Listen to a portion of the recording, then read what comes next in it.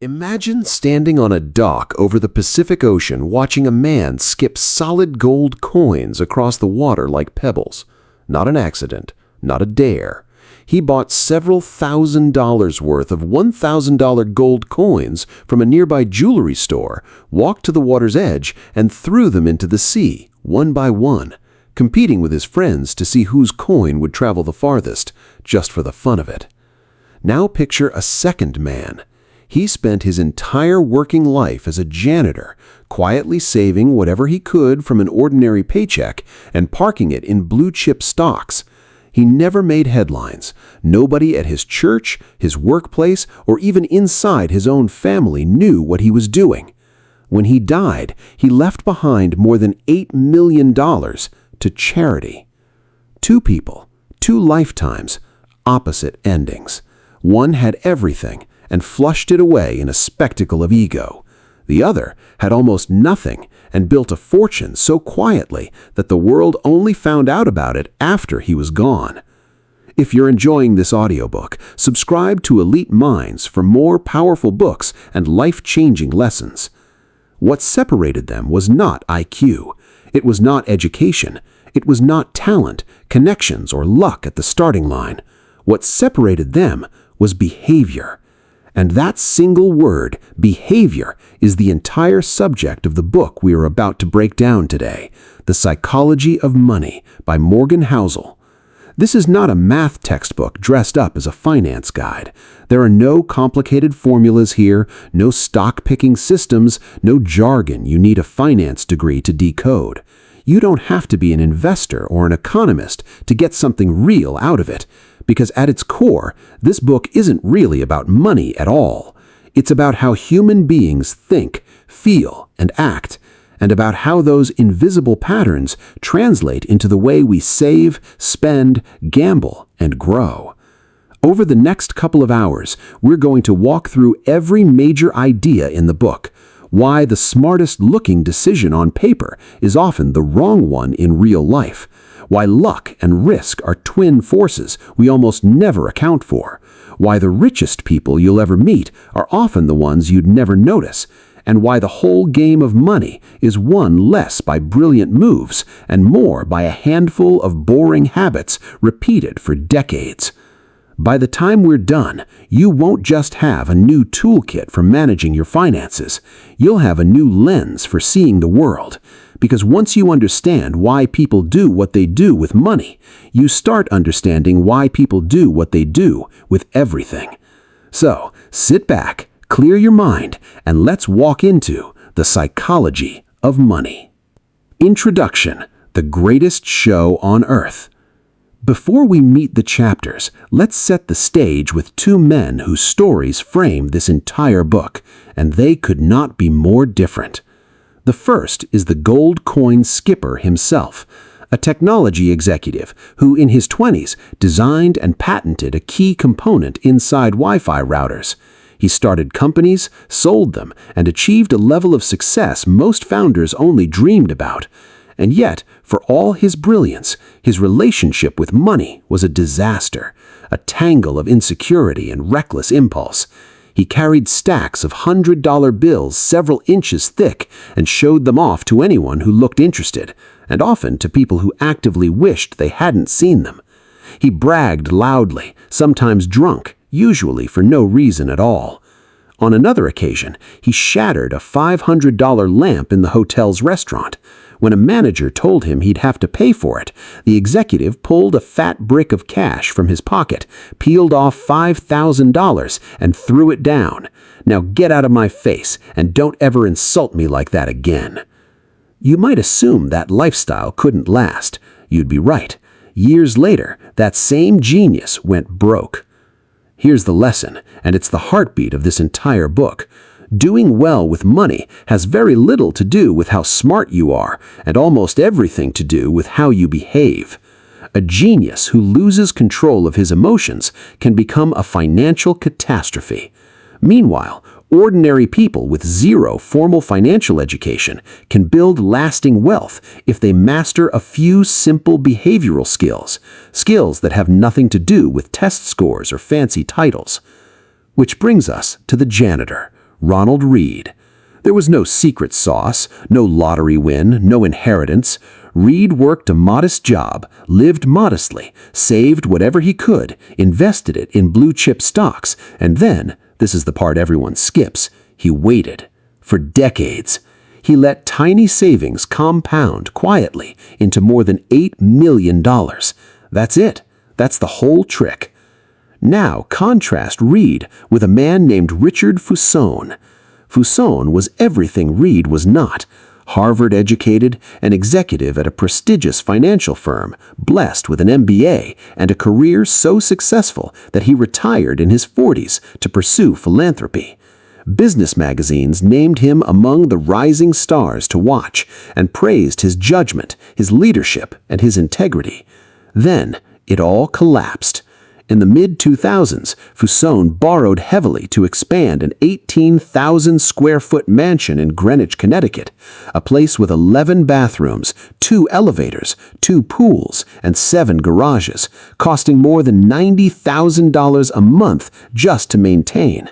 When the 2008 financial crisis hit, the weight of that debt crushed him. His Palm Beach home was foreclosed. His Greenwich mansion sold at auction for 75% less than its insured value, just months before Ronald Reed quietly left his fortune to charity. Stare at that contrast for a minute. Patience versus greed, discipline versus ego.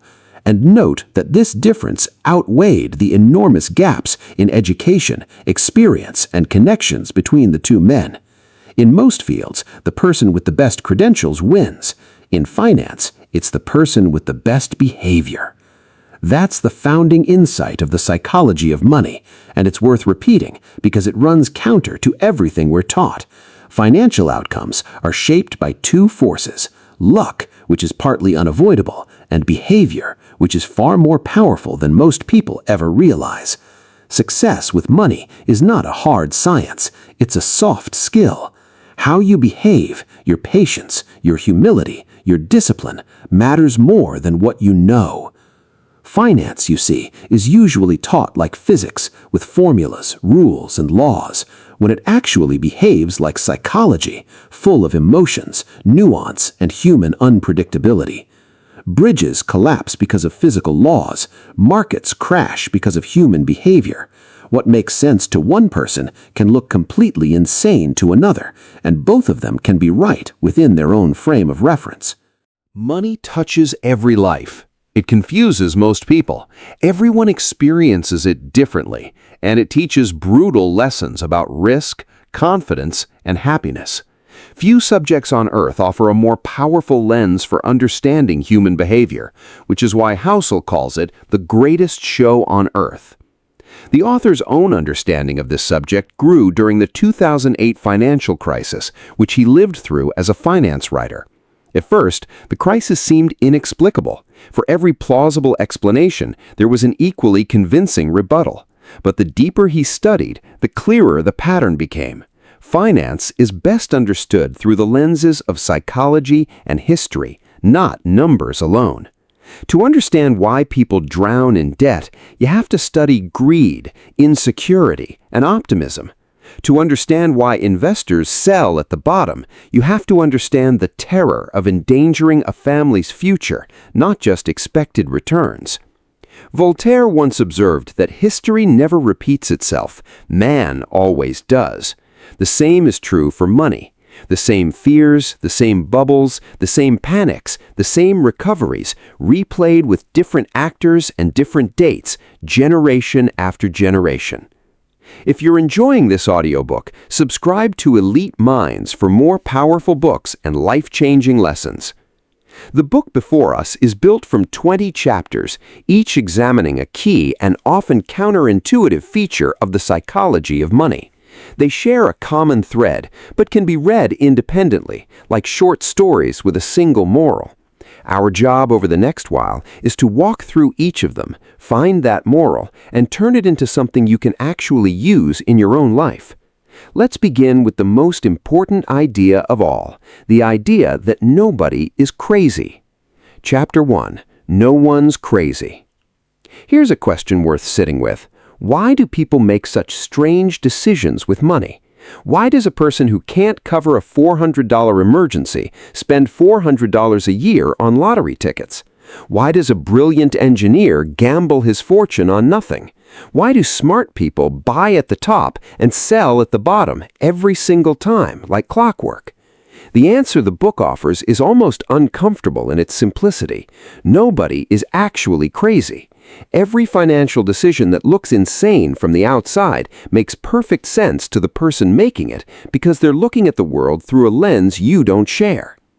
Think about what shapes that lens. Personal experience with money is, in the grand scheme of things, a tiny fraction of everything that has ever happened in the world. And yet, that tiny fraction shapes as much as 80% of how each person believes the world works. You grow up with a certain set of parents, in a certain country during a certain stretch of history, in a certain economy. You experience a certain handful of booms, busts, paychecks, and price shocks, and from that narrow sample, you build a complete mental model of how money behaves. The problem is that everyone's sample is different.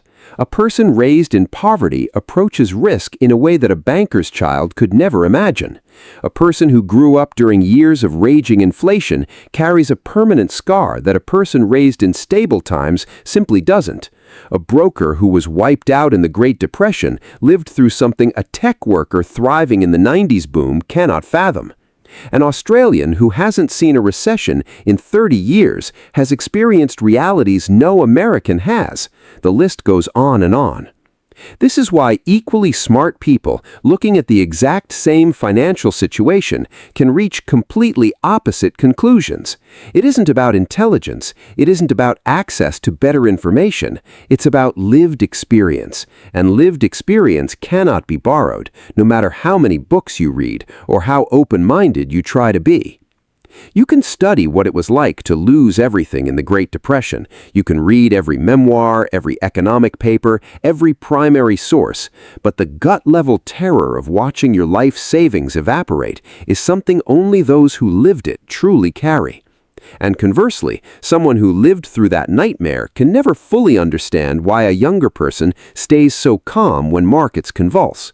Different lives produce different lenses, and every one of those lenses feels to the person wearing it like plain, obvious reality. There's a fascinating study that proves just how deeply this runs. Economists pored over 50 years of data on what Americans actually do with their money, expecting to find that people make investment choices based on their goals and the options on the table. Instead, they found something far more personal. A person's lifelong investment decisions are anchored to the economic experiences of their own generation, especially what happened during their early adult years. If you came of age when inflation was high, you invest less in bonds later in life. If you grew up watching stocks roar, you put more into stocks than someone who grew up during a bear market. Your willingness to take risk is not a function of your intelligence or your sophistication. It's largely a function of the luck of when and where you were born. Bill Gross, the legendary bond investor, admitted exactly this in an interview. His career happened to coincide with a generational collapse in interest rates, which gave bond prices a tailwind that had nothing to do with his skill. To him, bonds were wealth-generating machines. To his father's generation, people who'd endured brutal inflation, bonds must have looked like wealth incinerators. Same instrument, two completely different psychological realities, separated only by birth year. Even unemployment, that most concrete of statistics, looks different depending on who you are. In late 2009, national unemployment hovered around 10%, but for a black male teenager without a high school diploma, it was 49%. For a college-educated white woman over 45, it was 4%. Same country, same economy, same moment in history, and four groups of people experiencing it as four different worlds. During World War II, the stock markets of Germany and Japan were effectively destroyed, whole cities bombed, and people starving. Meanwhile, in the United States, the market more than doubled, and the economy grew stronger with each passing year. Nobody should expect a person raised in post-war Tokyo and a person raised in post-war Chicago to think alike about inflation, stocks, and money in general, and they don't. Their financial instincts were formed in different universes. The most striking example in this chapter comes from a New York Times story about working conditions at Foxconn, a massive electronics manufacturer. Readers were outraged at the harsh conditions, but a comment from the nephew of one Chinese worker put everything in perspective. His aunt had previously been a prostitute. To her, the factory, even with the long hours and low pay, was a step up, an improvement, an opportunity. Her lived experience gave her a definition of good job that most Western readers sitting in comfortable homes simply couldn't access. This is the deep truth underneath the chapter's title. People can be misinformed, they can be bad at math, they can get talked into things by clever marketing, and yet, in the moment, every decision makes perfect sense to them because they've constructed a narrative that fits their own story. Take lottery tickets again. Americans spend more on them than on movies, video games, music, sports, and books combined. And the biggest buyers are the poorest households. The lowest income families in the country spend an average of over $400 a year on tickets. Meanwhile, roughly 40% of Americans couldn't scrape together $400 in an emergency. The same people, many of them, buying a 1 in millions shot at a windfall that they can't afford. Afford vacations, cars, insurance, a safe neighborhood, or college without crippling debt. When you buy that ticket, you're not making a rational financial calculation. You're buying hope. You're holding a tangible piece of a dream that other people get to live every day. And hope is something you already own for free, so you have no idea how valuable it feels to someone who doesn't. The purchase makes emotional sense, even when the math is absurd. Nothing in this chapter asks you to agree with those decisions, but understanding that perspective unlocks something crucial. What looks crazy almost always makes sense from inside someone else's lived experience.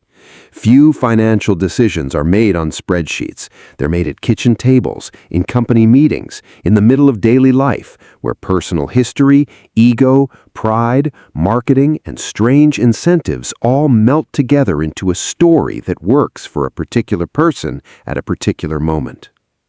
If you're enjoying this audiobook, subscribe to Elite Minds for more powerful books and life-changing lessons.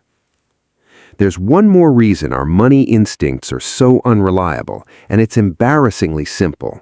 We're all beginners. Money as a concept is ancient. King Elaeus of Lydia is thought to have minted the first official currency around 600 BC. But the modern financial system, the one we're all supposed to be experts in, is practically a newborn. Retirement? Before World War II, most Americans worked until they died. That was both expectation and reality. The first Social Security check ever sent in 1940 was about $22. It wasn't until the 1980s that the idea of a dignified retirement for everyone became widespread, and with it, the expectation that ordinary people would save and invest their own money. The 401k, the backbone of American retirement savings, didn't even exist until 1978. The Roth IRA was born in 1998. College is the same story. In 1940, fewer than 1 in 20 Americans over 25 had a bachelor's degree. By 2015, it was 1 in 4. Tuition has risen more than fourfold after inflation. Index funds are less than 50 years old. Widespread consumer debt, mortgages, credit cards, car loans, didn't exist until after World War II. Dogs were domesticated 10,000 years ago and still carry behaviors from their wild ancestors. Meanwhile, human beings are expected to master the modern financial system within 20 to 50 years of its invention. So cut yourself some slack. We don't always do what we're supposed to do with money because we're all relatively new to this game. What looks crazy to you makes perfect sense to me, and nobody is truly crazy. We're all just making the best decisions we can, based on the hand of experiences we were dealt. Chapter 2. Luck and Risk. Now we come to a chapter that should be required reading for anyone who has ever asked, how did that person get so rich, or why did that person fail? The answer in both cases contains a word we almost never use: luck. The NYU professor Scott Galloway phrases it perfectly. Nothing is as good or as bad as it seems. And when you apply that principle to money, it changes everything. Consider Bill Gates. He went to Lakeside School, one of the only high schools on the entire planet that had a computer in 1968. How did that happen? A World War II Navy pilot turned teacher named Bill Dougal believed book learning wasn't enough. He convinced the school's Mothers Club to spend $3,000 of rummage sale proceeds to lease a teletype computer, a time-sharing terminal connected to a mainframe, technology that had literally been invented only 3 years earlier. Most universities didn't have anything like it. Bill Gates was 13 when he met Paul Allen. Both became obsessed, experimenting late into the night, after school, on weekends. One session, Gates showed Allen a Fortune magazine and asked what he thought it would be like to run a Fortune 500 company. Allen had no idea. Gates replied, maybe they'd have their own computer company someday. That someday became Microsoft, a company now worth well over $1 trillion. Now do the arithmetic. In 1968, there were roughly 303 million high school-age students in the world. About 18 million of them were in the U.S. Around 270,000 were in Washington State. A little over 100,000 were in the Seattle area, and about 300 of them went to Lakeside, the one school with a computer. From 300 million to 300. 1 in a million. Gates wasn't just smart and hard-working. He was standing on a 1 in a million platform that had nothing to do with his own effort. And here's the cruelest part of the story. Gates had a friend at Lakeside named Kent Evans, equally brilliant, equally driven, with the same business mind, the same coding skill, the same vision. The two even built a program that scheduled the entire school's classes, something adults had struggled to do by hand. Kent was on the same path. Then he died in a mountaineering accident before graduating high school. Gates got the 1 in a million luck. Kent got the 1 in a million risk. Same school, same talent, same dream. Opposite fates, apportioned by a force neither of them controlled. This is the reality this chapter wants you to internalize. Luck and risk are siblings. They are the twin truths that every outcome in life is shaped by forces beyond your control. For every Bill Gates, there's a Kent Evans, equally capable, equally driven, on the wrong side of the roulette wheel. Life has too many moving parts, too many millions of people for 100% of your effort to guarantee 100% of your results. And yet, our culture is allergic to this truth. We credit success to brilliance and failure to stupidity because that's the only way the world feels orderly. Robert Shiller, a Nobel laureate in economics, was once asked what remains unknowable about investing. His answer, the exact role of luck in success. Most people understand intuitively that luck matters and then quietly ignore it because crediting someone's fortune to luck feels rude and crediting your own success to luck feels like self-sabotage. Economists have found that brothers' incomes are closely correlated than their heights or weights. Same family, same opportunity structure, same environment, and the financial outcomes cluster together. And yet, even two wealthy brothers will rarely admit they're products of the same forces. Personal perception clouds the reality of luck at every level. Failure is equally misunderstood. Bankruptcies, collapsed businesses, unmet goals, we frame them as evidence of bad decisions or laziness. Sometimes that's true, but how often? It's almost impossible to know. An investment that fails over 5 years, was the investor wrong, or did an 80% probability decision land in the 20% of unlucky? The line between error and misfortune is invisible, and the human mind craves simple stories with clean cause and effect. So, when judging others, we say a bad outcome means a bad decision. When judging ourselves, the narrative conveniently shifts. It was just bad luck. The media amplifies this distortion. Forbes celebrates the investor who gambled recklessly and won, while quietly ignoring the equally smart investor who chose carefully and lost. Same coin, two sides, opposite coverage. And when you learn the wrong lessons from those stories, when you imitate recklessness that simply got lucky, you're building your financial life on a foundation of illusions. If you're enjoying this audiobook, subscribe to Elite Minds for more powerful books and life-changing lessons. The examples pile up. Cornelius Vanderbilt built a railroad empire through deals that violated the law of his time. Ain't I got the power? And historians call him a visionary genius. A similar strategy at Enron is condemned as fraud. John D. Rockefeller skirted legal boundaries and earned the label common thief from a judge, yet he's remembered as a shrewd businessman.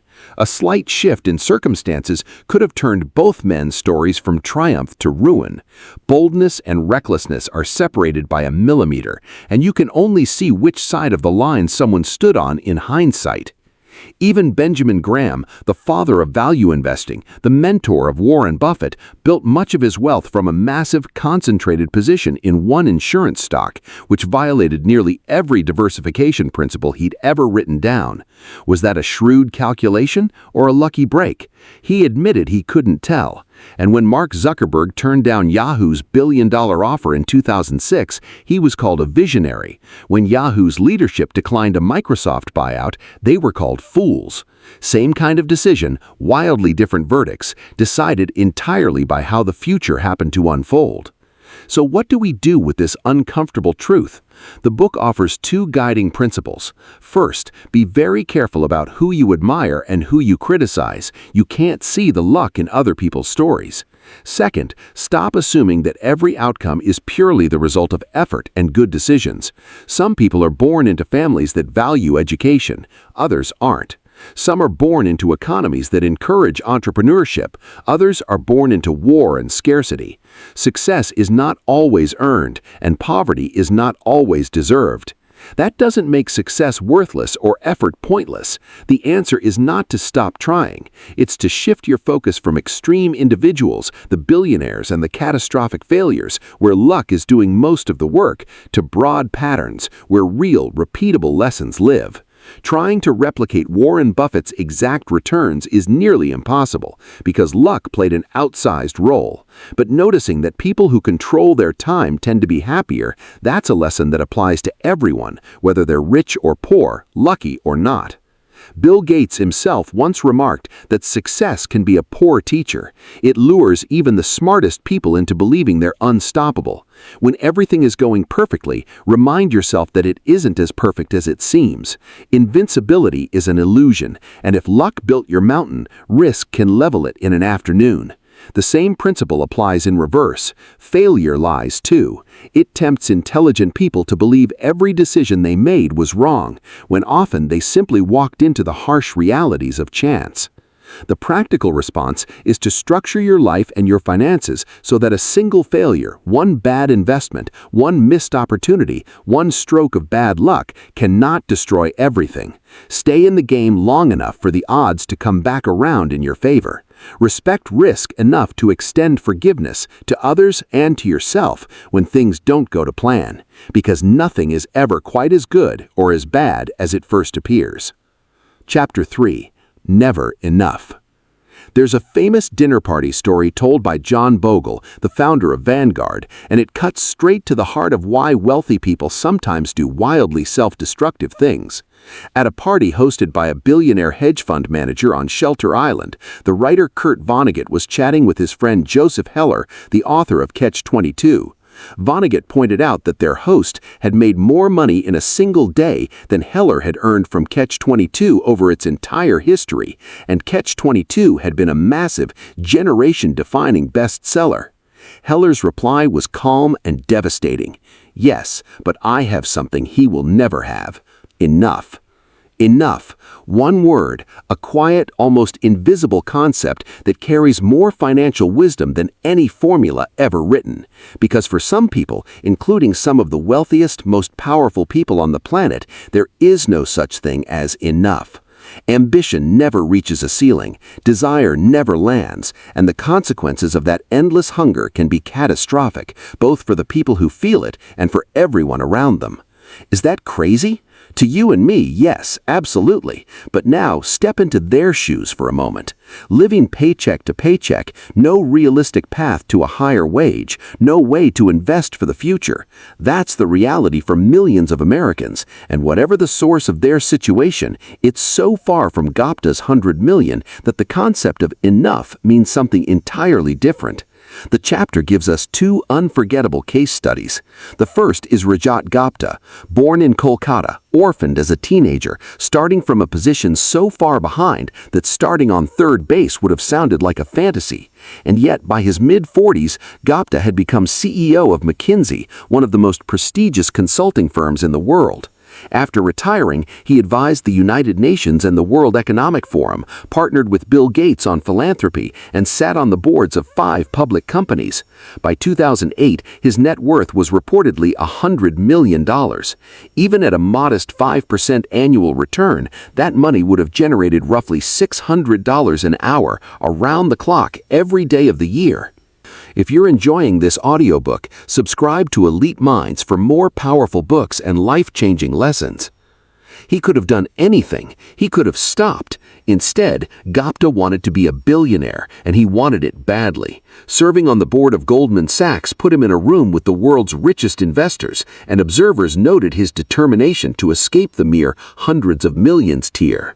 When the 2008 crisis hit and Warren Buffett prepared a $5 billion rescue investment in Goldman, Gupta learned about the deal before it was public.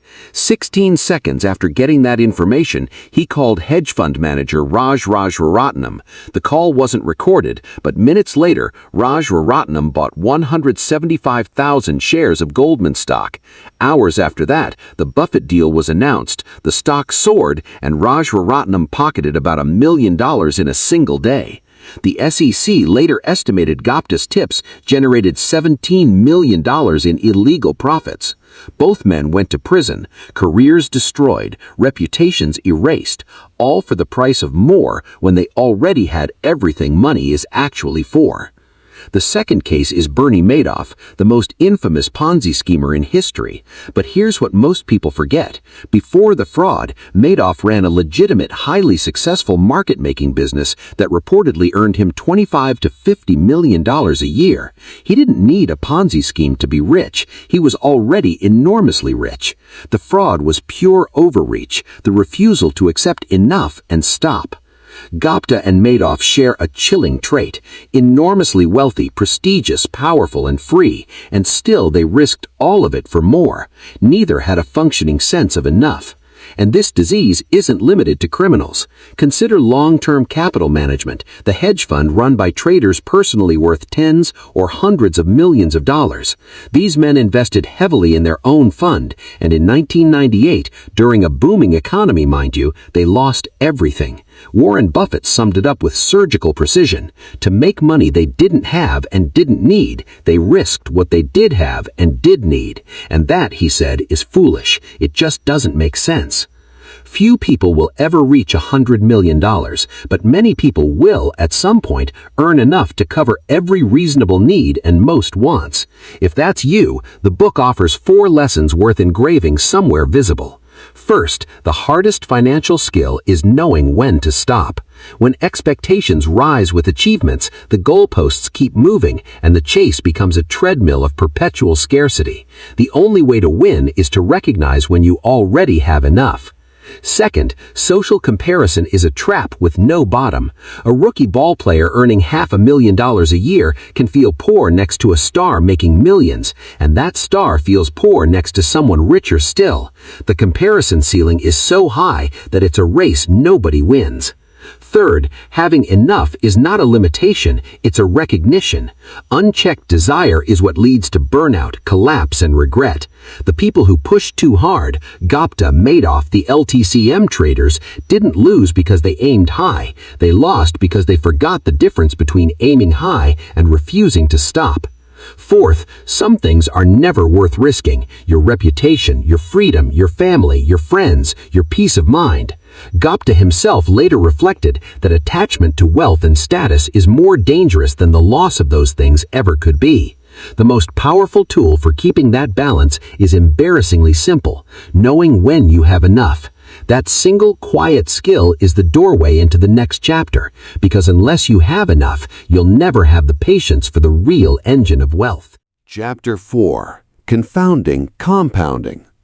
Here is a number that breaks the human brain. Warren Buffett's net worth is roughly $84.5 billion. And of that staggering figure, about $81.5 billion, more than 96%, was accumulated after his 65th birthday. Let that sink in. Buffett is the greatest investor of his generation, maybe of any generation. But the real secret hiding inside his fortune is not investment genius, it's time. He started investing seriously at age 10, and he never stopped. He's been compounding for roughly 3/4 of a century. The chapter opens with a strange but brilliant detour: the science of ice ages. For most of human history, we didn't know that the Earth had ever been covered in ice. The evidence was everywhere, carved into the landscape, but we couldn't read it. It wasn't until the 19th century that scientists reached a consensus. The Earth had been completely frozen, not once, but 5 separate times. The question was, what force could possibly freeze a planet, thaw it, and freeze it again? Volcanoes? Mountain ranges? None of the grand theories explained the repeating cycle. The answer, discovered by a Serbian scientist named Milutin Milenkovic and refined by a Russian meteorologist named Vladimir Kopin, was almost laughably subtle. The gravitational pull of the sun and moon gently shifts the Earth's tilt and orbit over tens of thousands of years, changing how much sunlight each hemisphere receives, barely. And here's the twist. It wasn't brutally cold winters that triggered the ice ages, it was mildly cool summers. Start with one summer that fails to melt all the previous winter's snow. The leftover ice makes it easier for snow to accumulate next winter. That following summer leaves even more snow behind. Snow reflects sunlight, cooling the surface, which allows more snow to accumulate. Within a few hundred years, a seasonal snowpack has grown into a continental ice sheet, and the planet plunges into an ice age.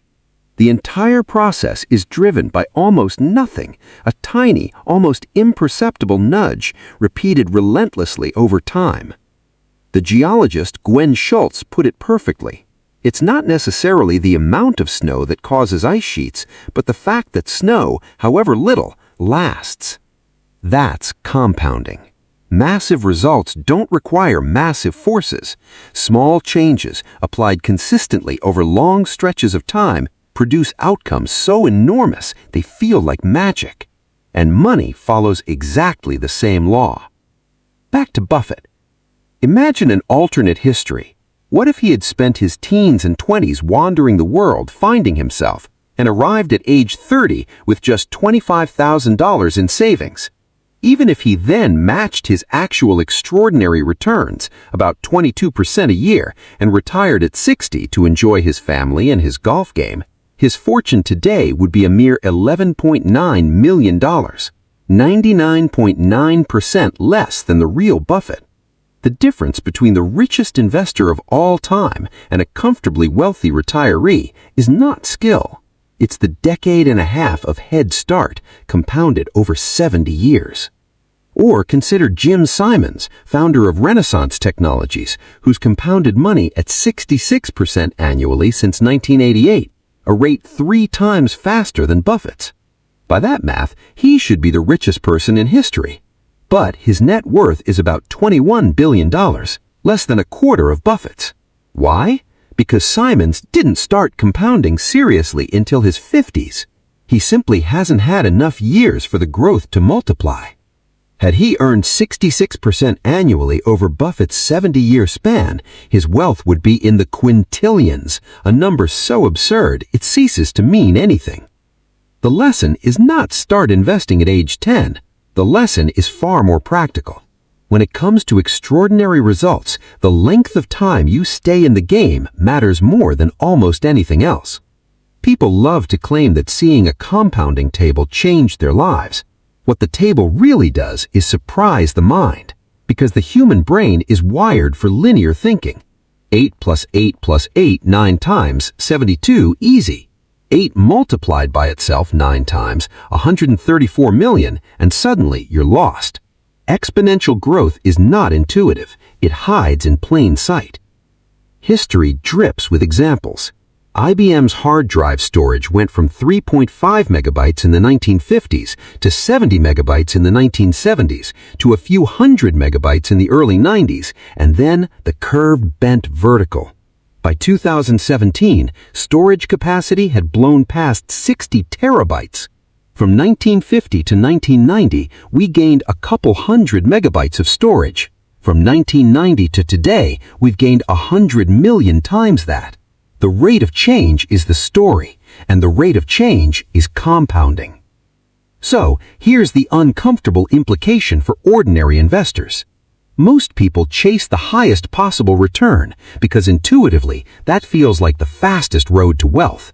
But the truth is exactly backwards. Great investing is not about hitting one spectacular home run. It's about earning decent, repeatable returns year after year, decade after decade, without interrupting the machine. That's when compounding runs wild. Chasing unsustainable returns leads to disaster, exactly what the next chapter is about.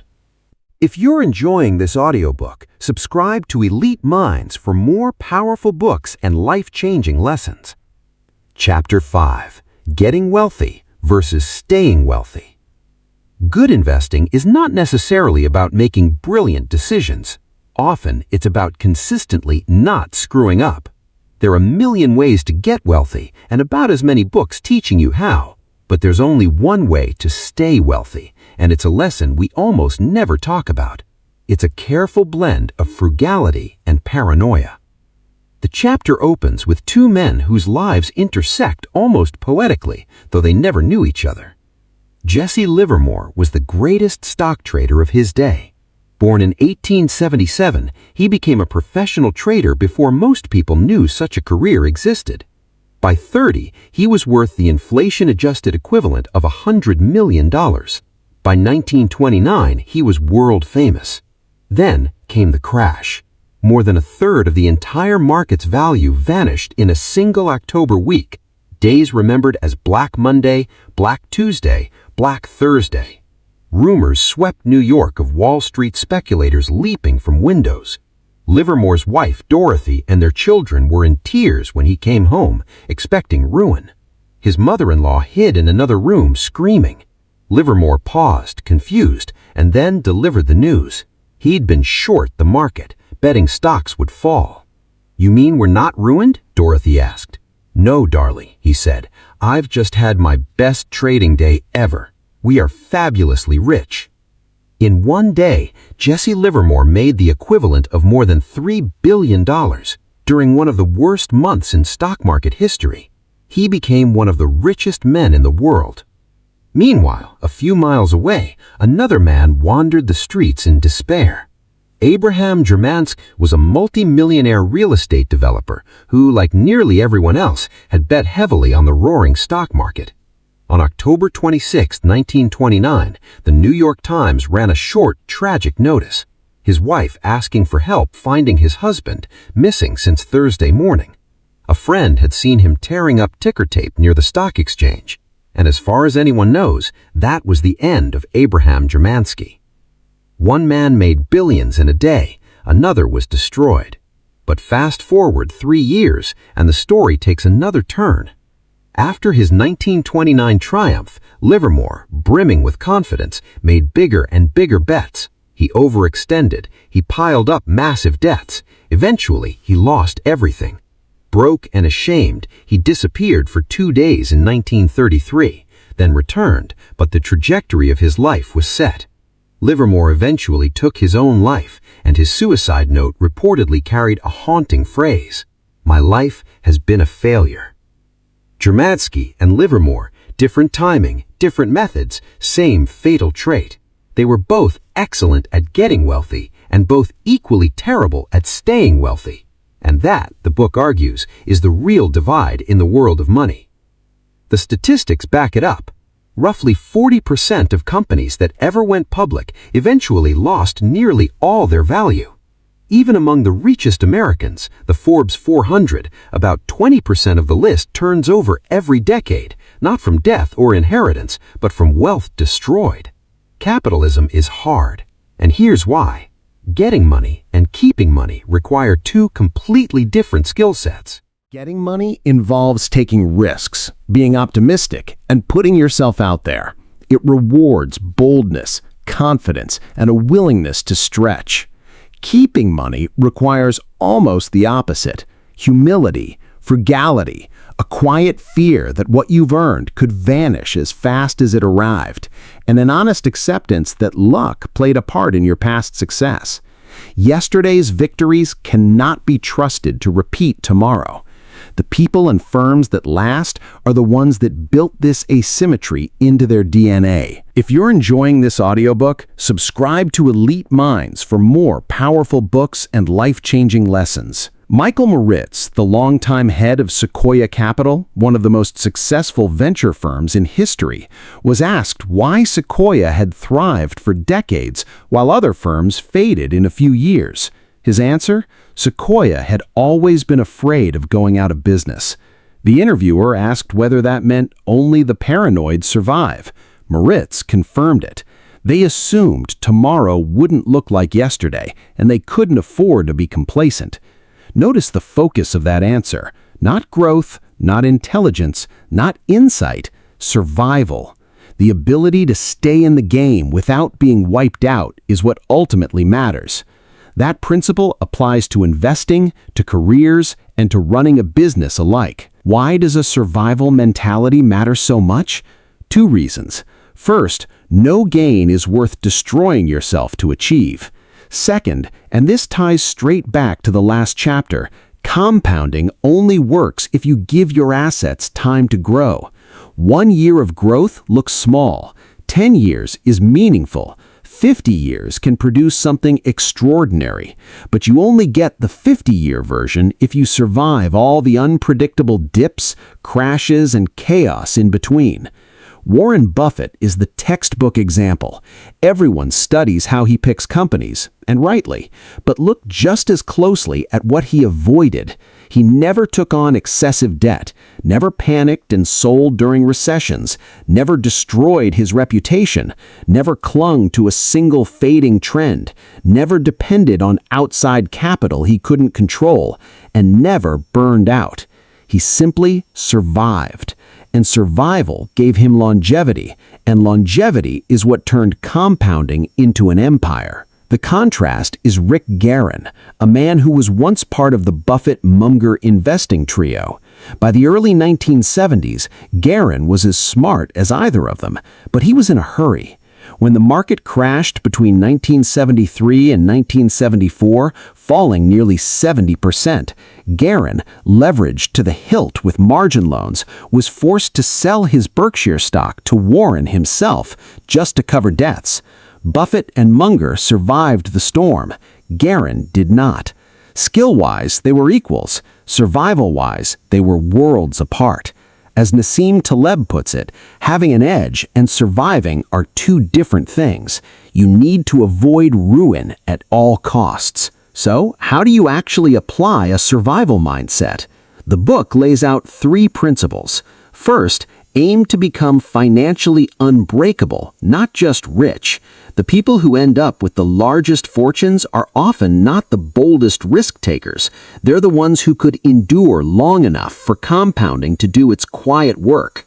During a bull market, holding cash feels painfully stupid. Stocks are rising 10% a year while your cash sits at 1. That 9-point gap gnaws at your confidence. But that cash has a hidden job. It protects you from being forced to sell at the worst possible moment. Selling stocks during a crash can erase decades of growth in a single week. In that sense, cash doesn't earn 1%. It preserves many multiples of your wealth by keeping you in the game. Second, plan as hard as you want, but remember that the most important part of any plan is preparing for the plan to fail. Financial projections give you a roadmap, but few plans survive their first meeting with reality. Think about the last 2 decades alone. Terror attacks, housing booms and busts, massive job losses, a global financial crisis, record-breaking rallies, and a pandemic that shut the world down. A plan only matters if it can survive the unexpected. The more your plan depends on specific conditions holding, the more fragile it is. Build in a margin of safety, a buffer of savings, flexible thinking, long timelines. Unlike simple conservatism, which avoids risk, a margin of safety maximizes your chance of success at whatever level of risk you choose. If you're enjoying this audiobook, subscribe to Elite Minds for more powerful books and life-changing lessons. Third, develop what the book calls a barbelled personality. Be optimistic about the future, yet paranoid about everything that could prevent you from reaching it. These two states don't contradict. Real optimism isn't the belief that everything will go smoothly. That's complacency. Real optimism is the belief that the odds favor growth over time, even while the road is littered with setbacks. Life grows through destruction. By age 20, the human brain has discarded roughly half the synaptic connections it had at age 2, and it becomes far more capable because of it. Economies, markets, and careers follow the same pattern. The U.S. economy over the last 170 years survived 9 major wars, 4 presidential assassinations, a flu pandemic that killed hundreds of thousands, recessions spanning decades, more than a dozen stock market crashes, and 20 separate years of inflation above 7%. And out of all that chaos, the standard of living rose 20-fold. The pessimist sees the landmines, the optimist sees the destination, the wise person keeps both in view at once. Jesse Livermore learned that lesson too late. After his greatest triumph, he equated good times with the end of bad ones. Wealth gave him a false sense of invincibility. He called it his swelled head, the pride and overconfidence that destroyed him. Survival, he concluded too late, requires humility, foresight, and respect for uncertainty. Growth is possible for those who endure the storms, but only for those who endure them. Chapter 6. Tails, You Win. Here's a counterintuitive truth that most people never fully absorb. Sometimes being wrong most of the time isn't just acceptable, it's profitable. Brad Pitt put it casually while accepting a Screen Actors Agreement award. Some projects work, some don't, and there's no need to dwell on either. Just move on to the next. That throwaway Hollywood line captures one of the deepest mechanics of wealth creation in any field. Consider Heinz Berggruen, who fled Nazi Germany in 1936, settled in America, and studied literature at Berkeley. Unremarkable beginnings for a man who would become one of the most successful art dealers in history. In 2000, he sold part of his collection, Picasso's, Matisse's, Kay's, to the German government for over 100 million euros. The market value of those works exceeded $1 billion, effectively a bargain for the state. How does one person amass that many masterpieces? Art is profoundly subjective. Nobody can foresee which works will define a century. Some would call it genius, others luck. But an investment firm that studied the collection offered a deeper answer. Great investors often operate like index funds. They acquire vast quantities of assets, knowing full well that only a fraction will deliver extraordinary returns. Berggruen didn't obsess over picking individual masterpieces. He bought broadly, patiently, and waited for a few exceptional pieces to emerge. Perhaps 99% of what he acquired held modest value, but that remaining 1%, the Picassos, was enough to make him one of history's great collectors. This is the concept of tail events, the extreme ends of a distribution, where a tiny number of outcomes dominate the whole picture. In investing, in business, in entertainment, a small handful of outsized winners accounts for the majority of all success. An investor can be wrong half the time or more and still achieve a fortune as long as the winners are big enough. Yet almost nobody internalizes this because the human mind underestimates how normal failure is.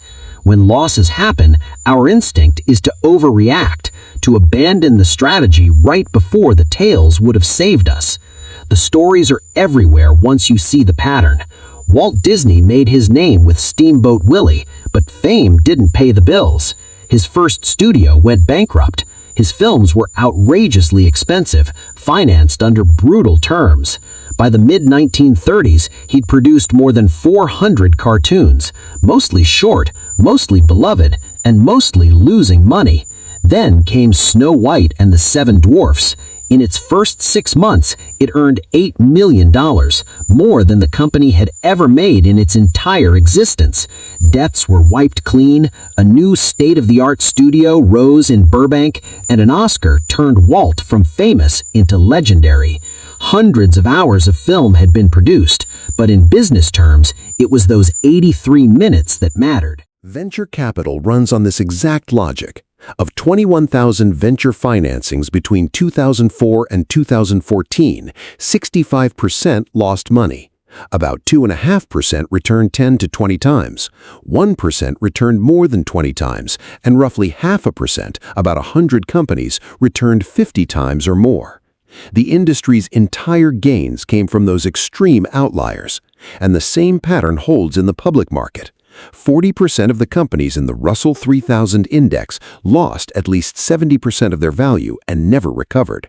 Almost all of the index's gains came from 7% of companies that dramatically outperformed, yet the index itself rose more than 73-fold since 1980.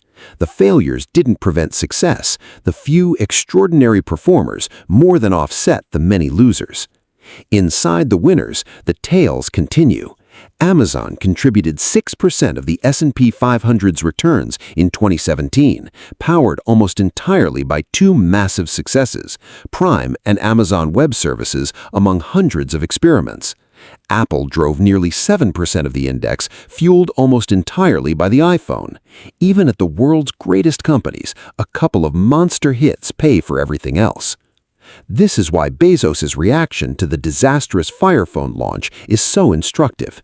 Intuition says a CEO should apologize to shareholders. Instead, Bezos said, "If you think that's a big failure, we're working on much bigger failures right now. Some of them are going to make the Fire Phone look like a tiny blip." That's not arrogance, it's an honest acknowledgement that tail successes like AWS generate tens of billions in profit, and they only exist if you keep swinging.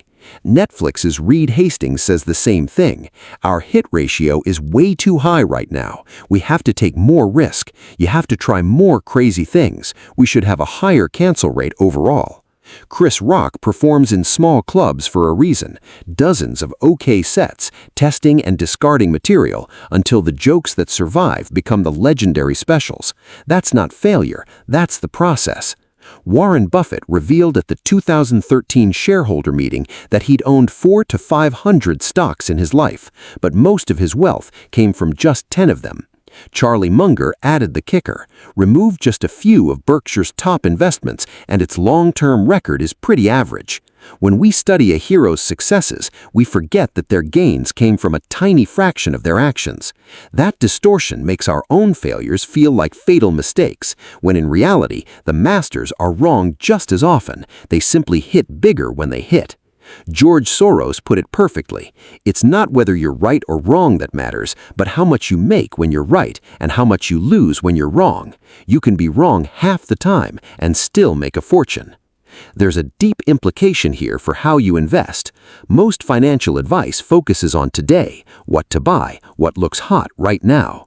But over a lifetime, the days that really determine your results are rare moments, punctuated moments when markets panic and everyone else loses their head. A famous thought experiment. From 1900 to 2019, one investor saved $1 every month and invested it in U.S. stocks, come rain or shine. Call her Sue. Another avoided the market during recessions, Jim. A third, Tom, delayed reinvesting for months after each recession. By 2019, Sue had $435,000. Jim had $257,000. Tom trailed at $234,000. Just by staying calm during the roughly 22% of months affected by recessions, Sue outperformed the others by nearly 3/4. Investing, like flying, is hours of routine, punctuated by moments of sheer terror, and your result is determined by how you navigate those rare moments, not the cruising years. If you're enjoying this audiobook, subscribe to Elite Minds for more powerful books and life-changing lessons. Napoleon once defined a military genius as the man who can do the average thing while everyone around him is going crazy. The same definition fits investing.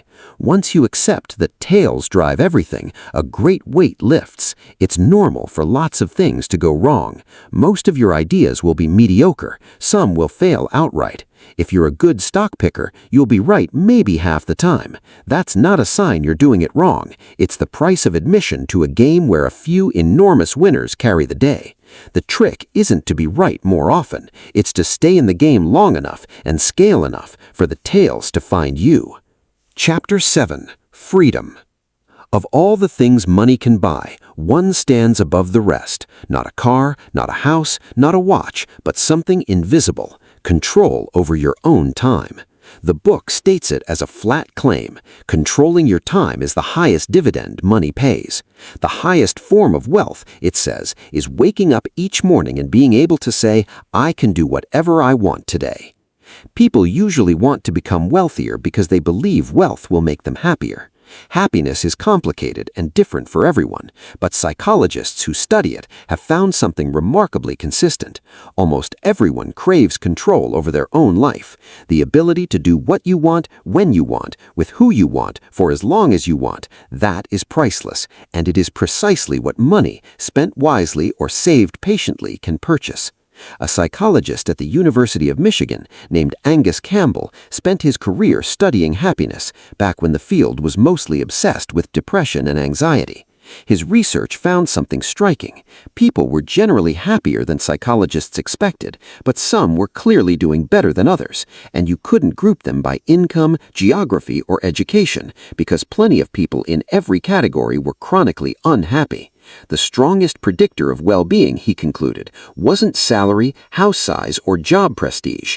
It was having a strong sense of control over one's own life. More than any objective condition, the feeling of being in the driver's seat was what separated the content from the miserable. That reframes what money is actually for. Money's greatest intrinsic value is its ability to give you control over time. A little wealth lets you take a few sick days without financial panic. A bit more lets you wait for a good job after a layoff instead of grabbing the first one offered. 6 months of expenses means you're not terrified of your boss because you can afford to leave. More still lets you take a lower-paying job with flexible hours, or a shorter commute, or the freedom to handle a medical emergency without added stress. And even more means retiring when you want to, not when you have to. Using money to buy time and options delivers a lifestyle benefit that few luxury goods can match. The book illustrates it with the story of a college student who wanted to be an investment banker for exactly one reason: the money. He got a summer internship in Los Angeles and thought he'd won the career lottery. On day one, he understood why bankers get so much money. The hours are not designed for human beings. Going home before midnight was a luxury. Missing a Saturday meant no Sunday at all. The work was stimulating, the paycheck was huge, and the job made him feel important. But every second of his time belonged to someone else. He lasted 1 month of the 4-month internship. The hardest part? He loved the work. But doing something you love on a schedule you can't control, he discovered, can feel exactly like doing something you hate. Psychologists even have a name for that feeling: reactance. People need to feel they're in the driver's seat. When your choices are made for you, you feel disempowered, and you resist, even when the thing being imposed on you is something you'd happily choose yourself. That's why a great job with no freedom can feel like a prison, and a modest job with flexibility can feel like freedom. The book shares the story of Derek Sivers, a successful entrepreneur, telling the tale of a friend with a day job in Manhattan, paying $20,000 a year. Living frugally, his friend saved $12,000 over 2 years. At 22, that small pile bought him something life-changing: freedom. He quit, became a full-time musician, and never held a traditional job again. Years later, when asked about selling his company, he said the sale hardly mattered. The real transformation happened at 22, when he bought freedom with $12,000, not a fortune with millions. There's a strange tension in the data. The United States is the richest nation in history, and yet there's little evidence its citizens are meaningfully happier than they were in the 1950s, when incomes and wealth were far lower. A 2019 Gallup poll of 150,000 people in 140 countries found 45% of Americans reported feeling a lot of worry the previous day, above the global average of 39%. 55% reported a lot of stress versus 35% worldwide. Median family income, adjusted for inflation, doubled between 1955 and 2019. Homes nearly doubled in size, cars got faster, TVs got sharper, and yet the happiness needle barely moved. Why? Because a huge portion of that new wealth was spent buying bigger, better things, while simultaneously giving up control over time. Think about the nature of modern work. In 1870, most jobs were physical: agriculture, crafts, manufacturing. Labor was visible and finite. When you left the factory, the work stopped. But today, the majority of jobs are thought-based. Around 38% of jobs are management, professional, or decision-making roles, and another large slice is service work that relies on thinking as much as action. Your brain is the tool, and a brain never leaves the office. People think about work on the commute, while making dinner, while putting kids to bed, while waking up at 3 a.m. in a cold sweat. We may clock fewer hours than our grandparents did, but it can feel like 24/7 work, because the factory of the 21st century is not a place, it's the day itself.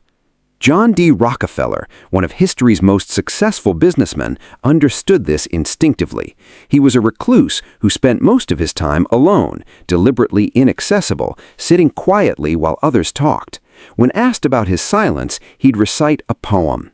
A wise old owl lived in an oak. The more he saw, the less he spoke. The less he spoke, the more he heard. Why aren't we all like that wise bird? Rockefeller's actual job wasn't drilling wells or loading trains. It was thinking and deciding. His deliverable was what happened inside his head, so that's where he spent his energy. Today, millions of knowledge workers have Rockefeller's job description without his discipline, and the boundary between work and life dissolves. What's the fix? It's personal. Everyone's preferences differ, but the first step is honest. Acknowledge what does and does not bring happiness. A gerontologist named Carl Pillemer interviewed 1,000 elderly Americans about the most important lessons of their lives. None of them said happiness came from working as hard as possible to buy things. None said it mattered to be as wealthy as their neighbors. None said to pick a career based on future earnings. Instead, they valued quality friendships, being part of something larger than themselves, and spending unstructured, meaningful time with their children. As Pillemer writes, your kids don't want your money or what your money buys nearly as much as they want you. Specifically, they want you with them. Take it from the people who lived through it all. Controlling your time is the highest dividend money pays. If you're enjoying this audiobook, subscribe to Elite Minds for more powerful books and life-changing lessons. Chapter 8: The Man in the Car Paradox. Here's a paradox most of us have participated in without ever noticing. When people see someone driving a luxury car, a Ferrari, a Lamborghini, a Rolls-Royce, what do they actually think? Almost never, wow, the person driving that car must be cool. Almost always, whether consciously or not, wow, if I had that car, people would think I was cool. The author learned this firsthand working as a valet in Los Angeles, parking the most spectacular cars to ever touch pavement. He dreamed of owning one himself, believing these machines sent a powerful signal. You made it. You're rich. You have taste. You're important. But here's the irony he discovered over months of parking Ferraris. He rarely, if ever, noticed the drivers. He only looked at the cars, imagining himself behind the wheel. The owners were, to him, almost completely invisible.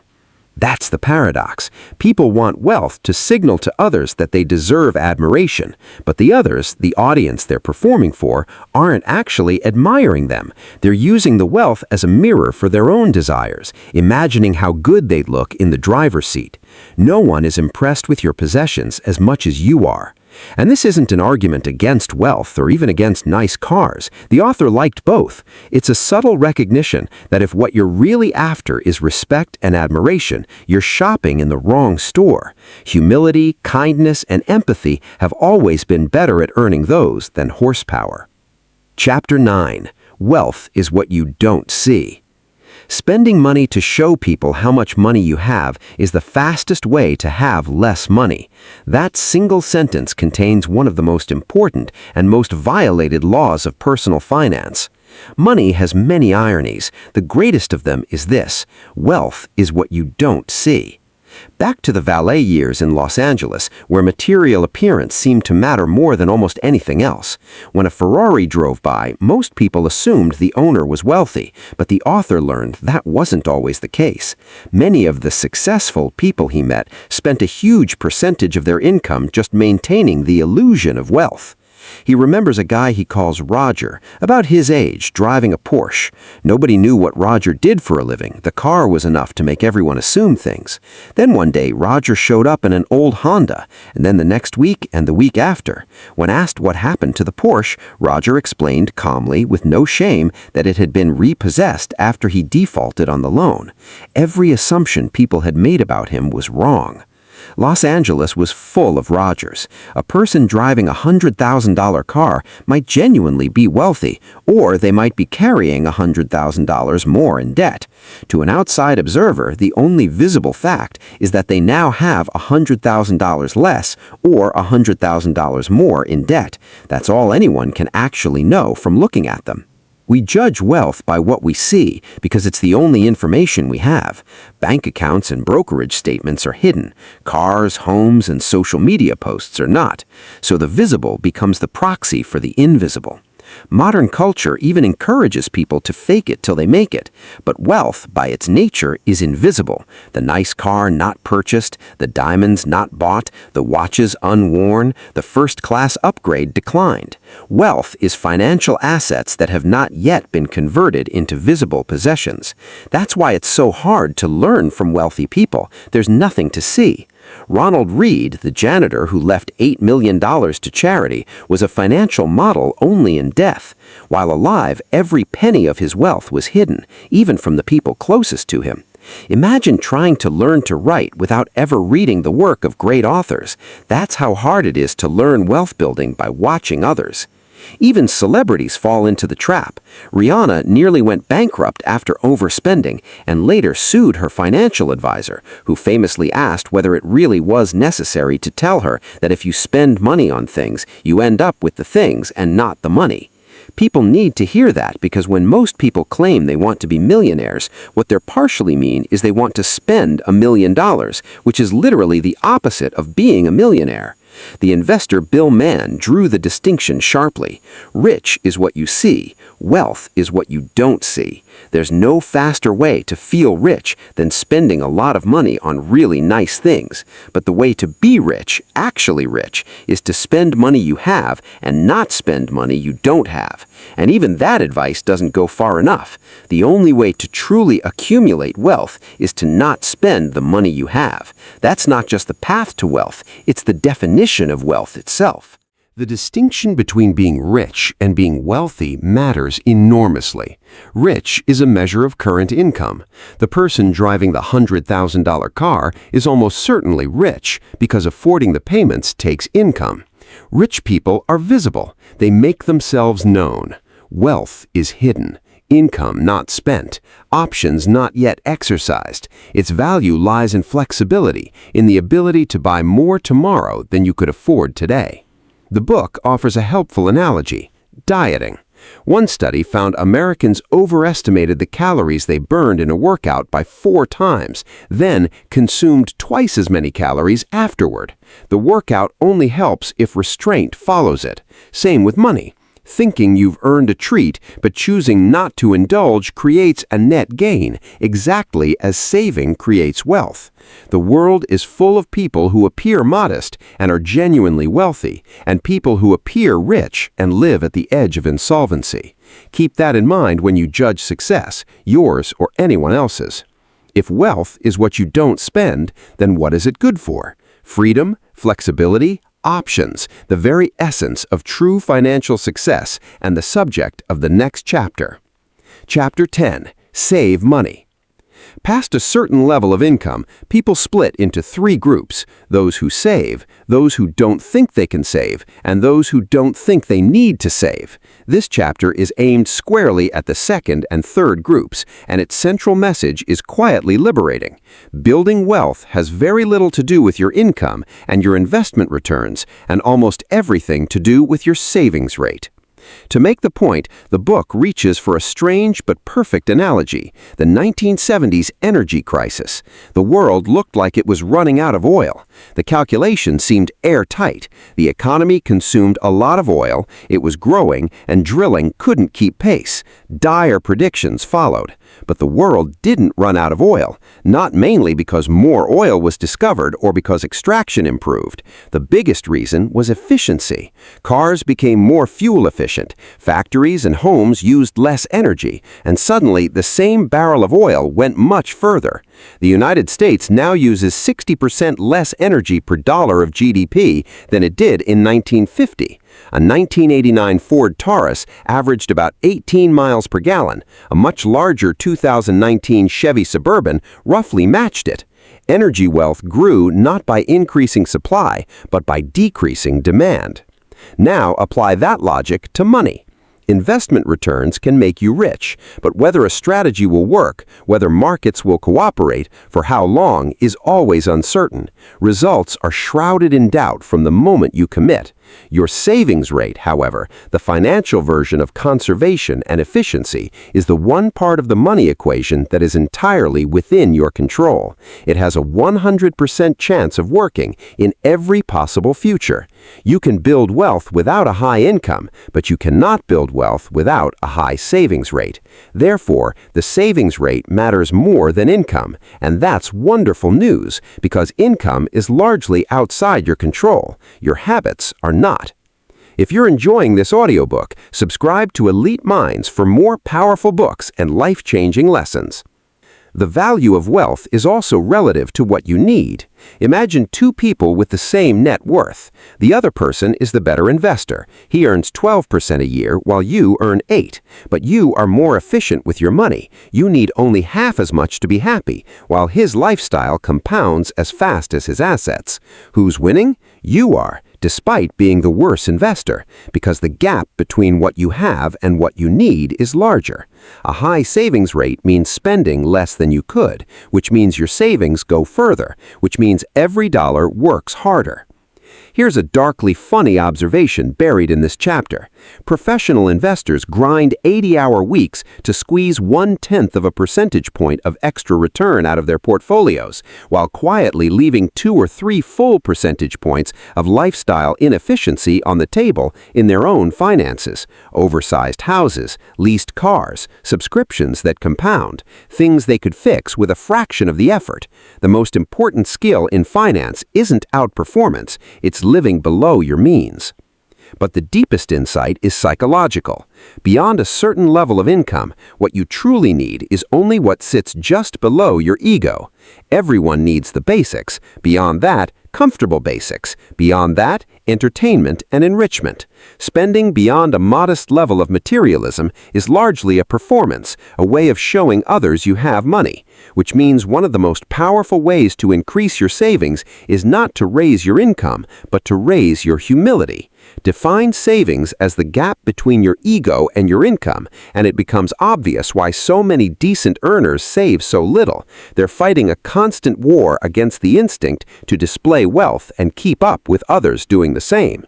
People who achieve lasting financial success, not necessarily the highest earners, tend to simply not care what others think about them.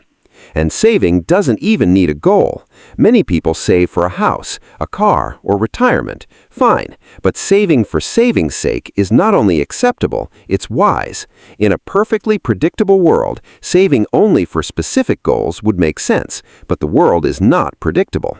Savings is a hedge against life's inevitable surprises arriving at the worst possible moments: a job loss, an illness, a family crisis, an opportunity that requires cash. Unplanned savings is the financial equivalent of an airbag, useless 99.9% of the time, priceless the rest. Savings also buys the thing from Chapter 7, control over your time. Every bit of savings is like reclaiming a point in the future that would have been owned by someone else and giving it back to yourself. Cash in the bank doesn't just earn interest, it earns the option to change careers, to retire early, to say no, to wait. What's the return on that? The book's answer: incalculable. First, because it's so large no price can be put on it, and second, because it literally cannot be measured. And what cannot be measured is usually overlooked. Without flexibility, you're forced to accept whatever bad luck comes your way. With it, you can wait for the no-brainer opportunities that eventually fall into everyone's life and actually take them when they appear. Even cash earning zero interest can generate extraordinary returns if it lets you take a fulfilling, lower-paying job or stay calm through a crisis that forces others to act. The hidden return matters more today than ever. A century ago, the world was hyper-local. Most Americans lacked phones or regular mail, and competition was local. An average intelligence worker could be the best in their town and be treated like it simply because nobody else was in the race. Today, the talent pool is global. Millions of people competing for the same knowledge jobs. Being smart is no longer a reliable advantage. There are thousands of extraordinarily intelligent people everywhere. Flexibility, however, remains durable. In an age of automation and globalization, the edges shift towards soft skills, communication, empathy, and above all, flexibility. The ability to wait for better opportunities, to learn new skills, to step back from the rat race and find your own niche. Increasing control over your time and options has become one of the most valuable currencies in the world. That's why more people can and should save money. Chapter 11. Reasonable, greater than rational. People are not spreadsheets. That single sentence could save millions of people from financial misery if they'd believe it. The book argues that when making financial decisions, your aim should never be cold, flawless rationality. The more effective goal is to be reasonable, sensible, sustainable, and suited to the person you actually are.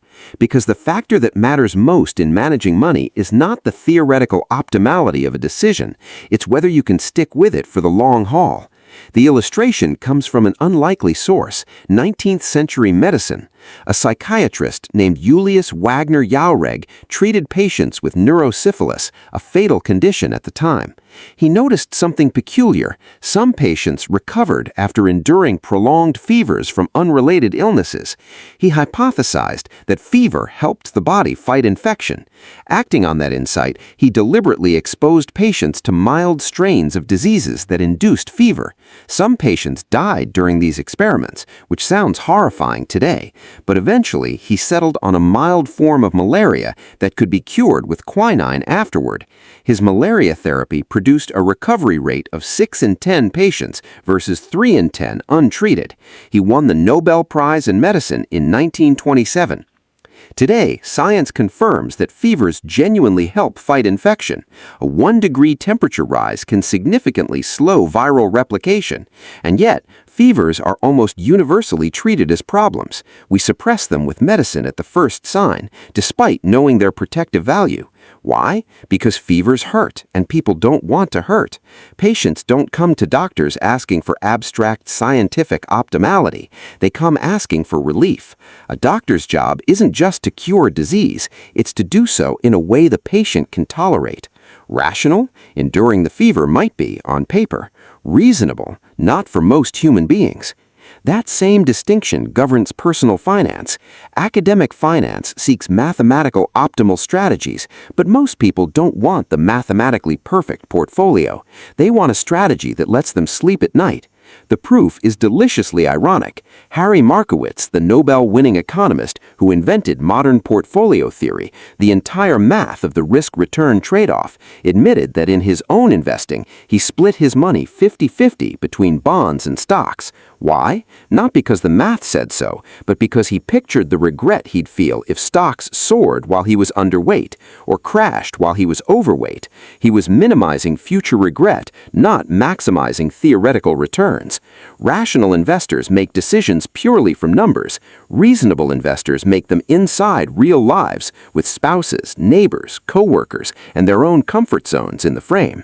Markowitz's portfolio was neither strictly rational nor irrational. It was reasonable, and that's fine. Chapter 12. Surprise. History is often treated as a map of the future, and that's ironic because history is mostly the study of surprising events. Stanford professor Scott Sagan put it in one line: things that have never happened before happen all the time.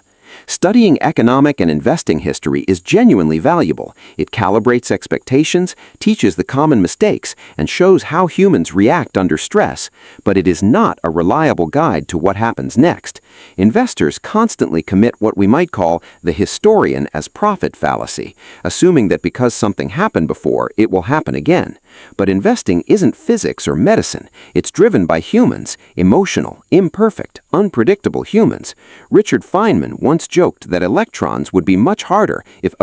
physics would be much harder if electrons had feelings. Investors have feelings, lots of them.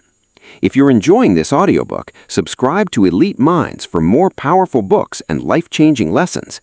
Why does history mislead us? First, because the biggest historical movers are record-breaking tail events: the Great Depression, World War II, the dot-com bubble, 9/11, the housing crash. A handful of rare events shapes the economy more than all ordinary events combined, and rare events are, by definition, nearly impossible to anticipate. 9/11 alone indirectly contributed to the housing bubble, the financial crisis, and a trillion-dollar student loan problem. Surprises compound in ways that defeat intuition. The lesson isn't to assume the worst of the past will repeat. It's to accept that the world is inherently unpredictable. As Daniel Kahneman notes, the correct takeaway from being surprised isn't "I'll never make that mistake again." It's that the world is difficult, if not impossible, to anticipate. The most important events of the future, for good and for ill, will be unprecedented. Second, the structures themselves keep changing, so past experience is literally about a different game. Retirement savings. The 401k is barely 40 decades old. The Roth IRA was created in the 1990s. The landscape today is not the landscape your grandparents learned. Venture capital barely existed 25 years ago. Now, individual funds are larger than the entire industry was a generation back. In his memoir, Nike's founder Phil Knight recalled a time when venture capital simply didn't exist. Aspiring entrepreneurs had almost no options, and those options were controlled by cautious bankers allergic to risk. Public markets transformed too. The S&P 500 contained no financial stocks until 1976. Today, they're a sixth of the index. Tech stocks, nearly non-existent 50 years ago, now top a 20th. Accounting standards, disclosure rules, liquidity, all evolved. Even the rhythm of the economy shifted. Recessions used to arrive every 2 years in the late 1800s, every 5 in the early 20th century, every 8 over the past 50 years. By 2019, America had gone 12 years without one, the longest stretch since before the Civil War. Benjamin Graham, perhaps the greatest investment mind of the 20th century, understood this better than anyone. His book, The Intelligent Investor, was treated by generations as a step-by-step formula for wealth. Buy stocks below their net current assets, never pay more than 1.5 times book value. But by the modern era, those formulas stopped working.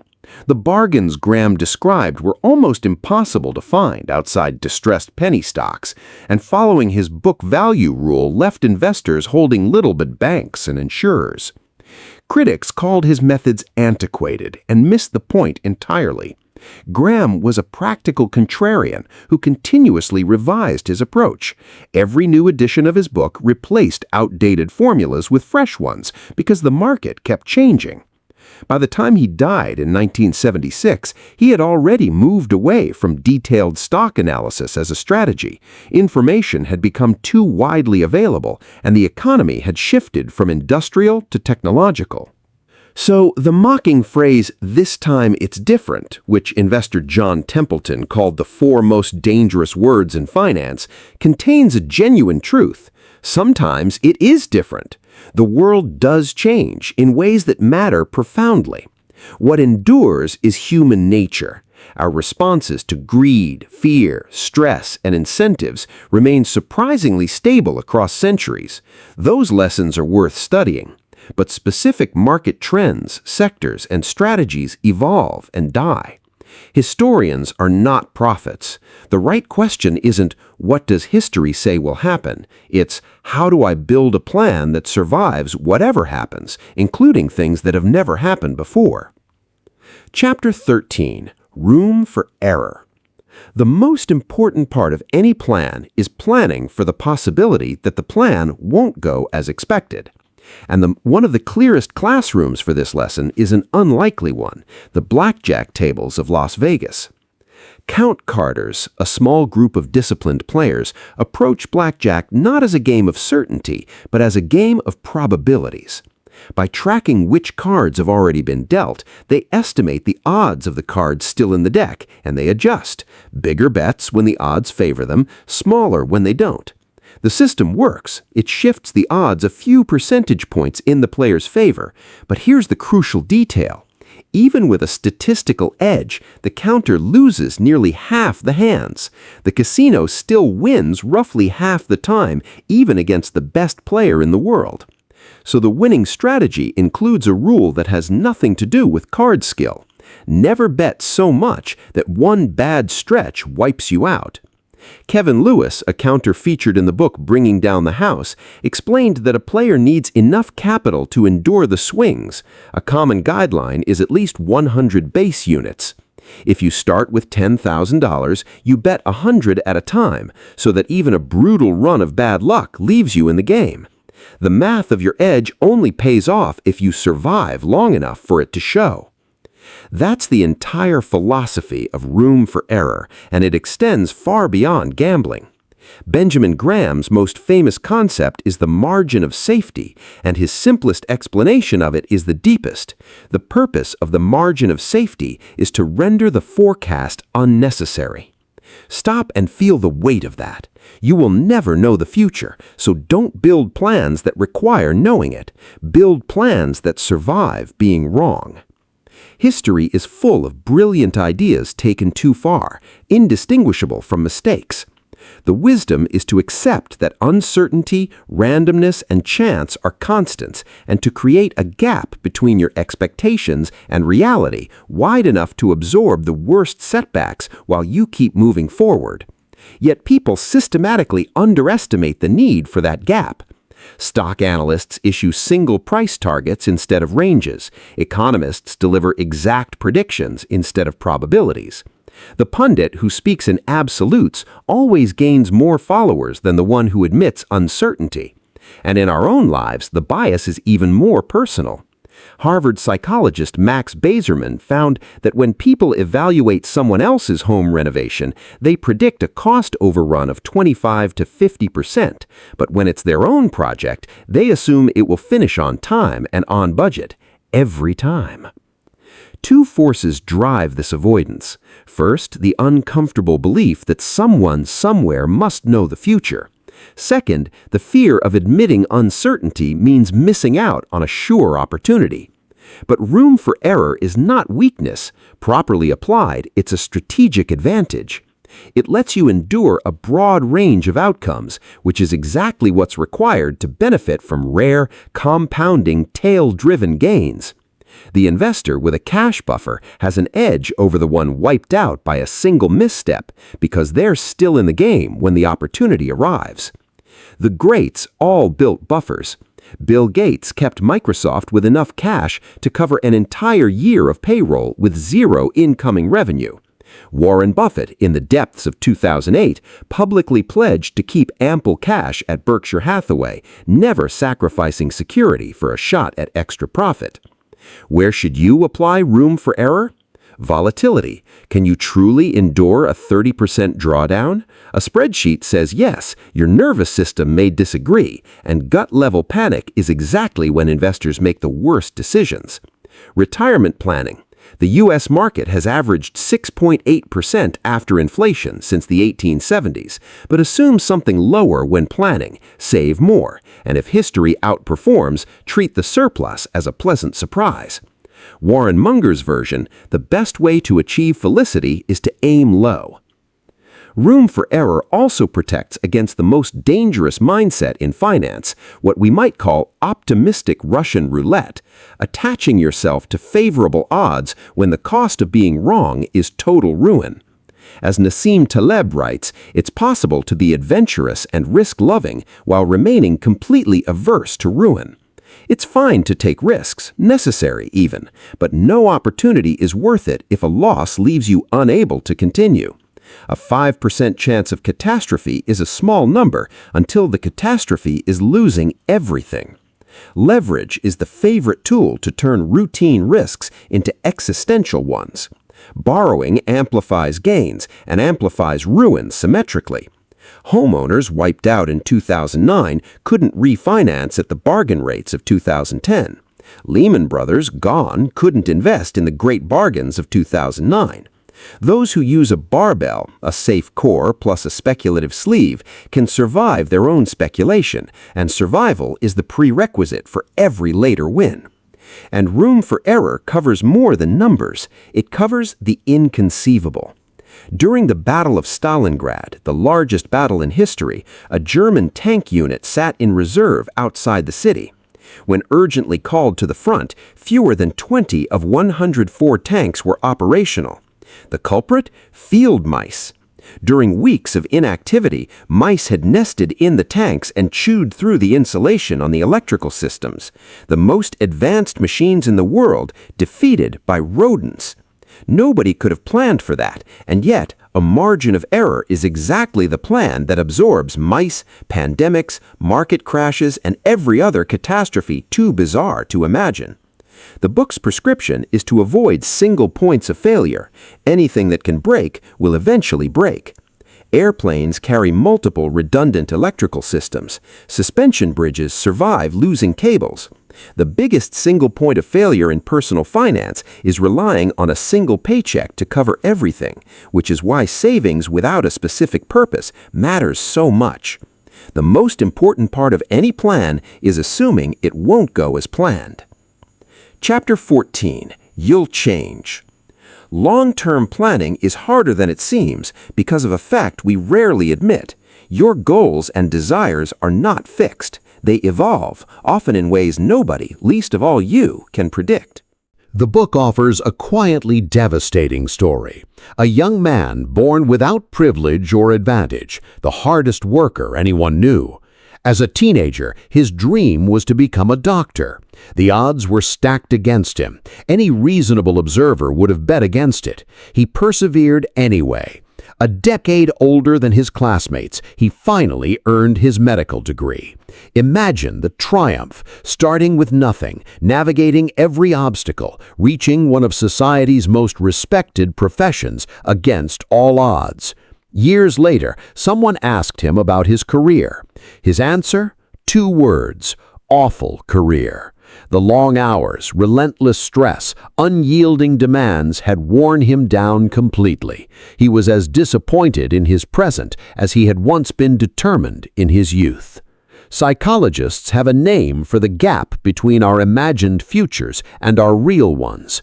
We are notoriously poor forecasters of our own future selves.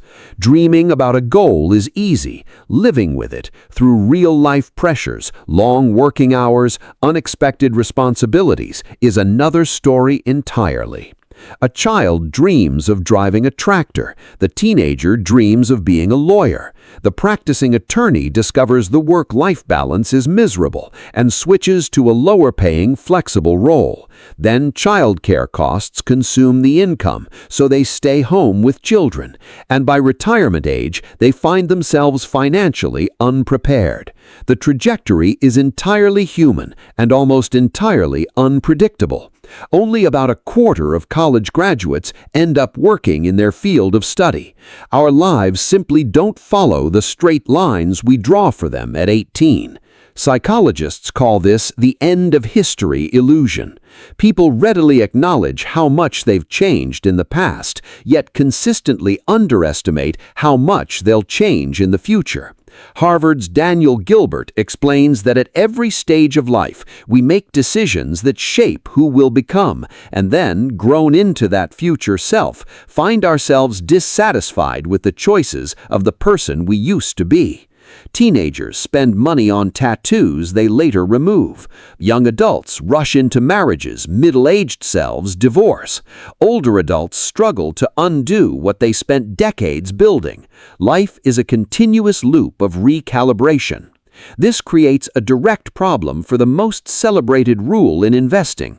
Charlie Munger says the first rule of compounding is to never interrupt it unnecessarily. But how do you maintain a consistent savings plan, career, or spending strategy when your goals and desires change so dramatically over a lifetime?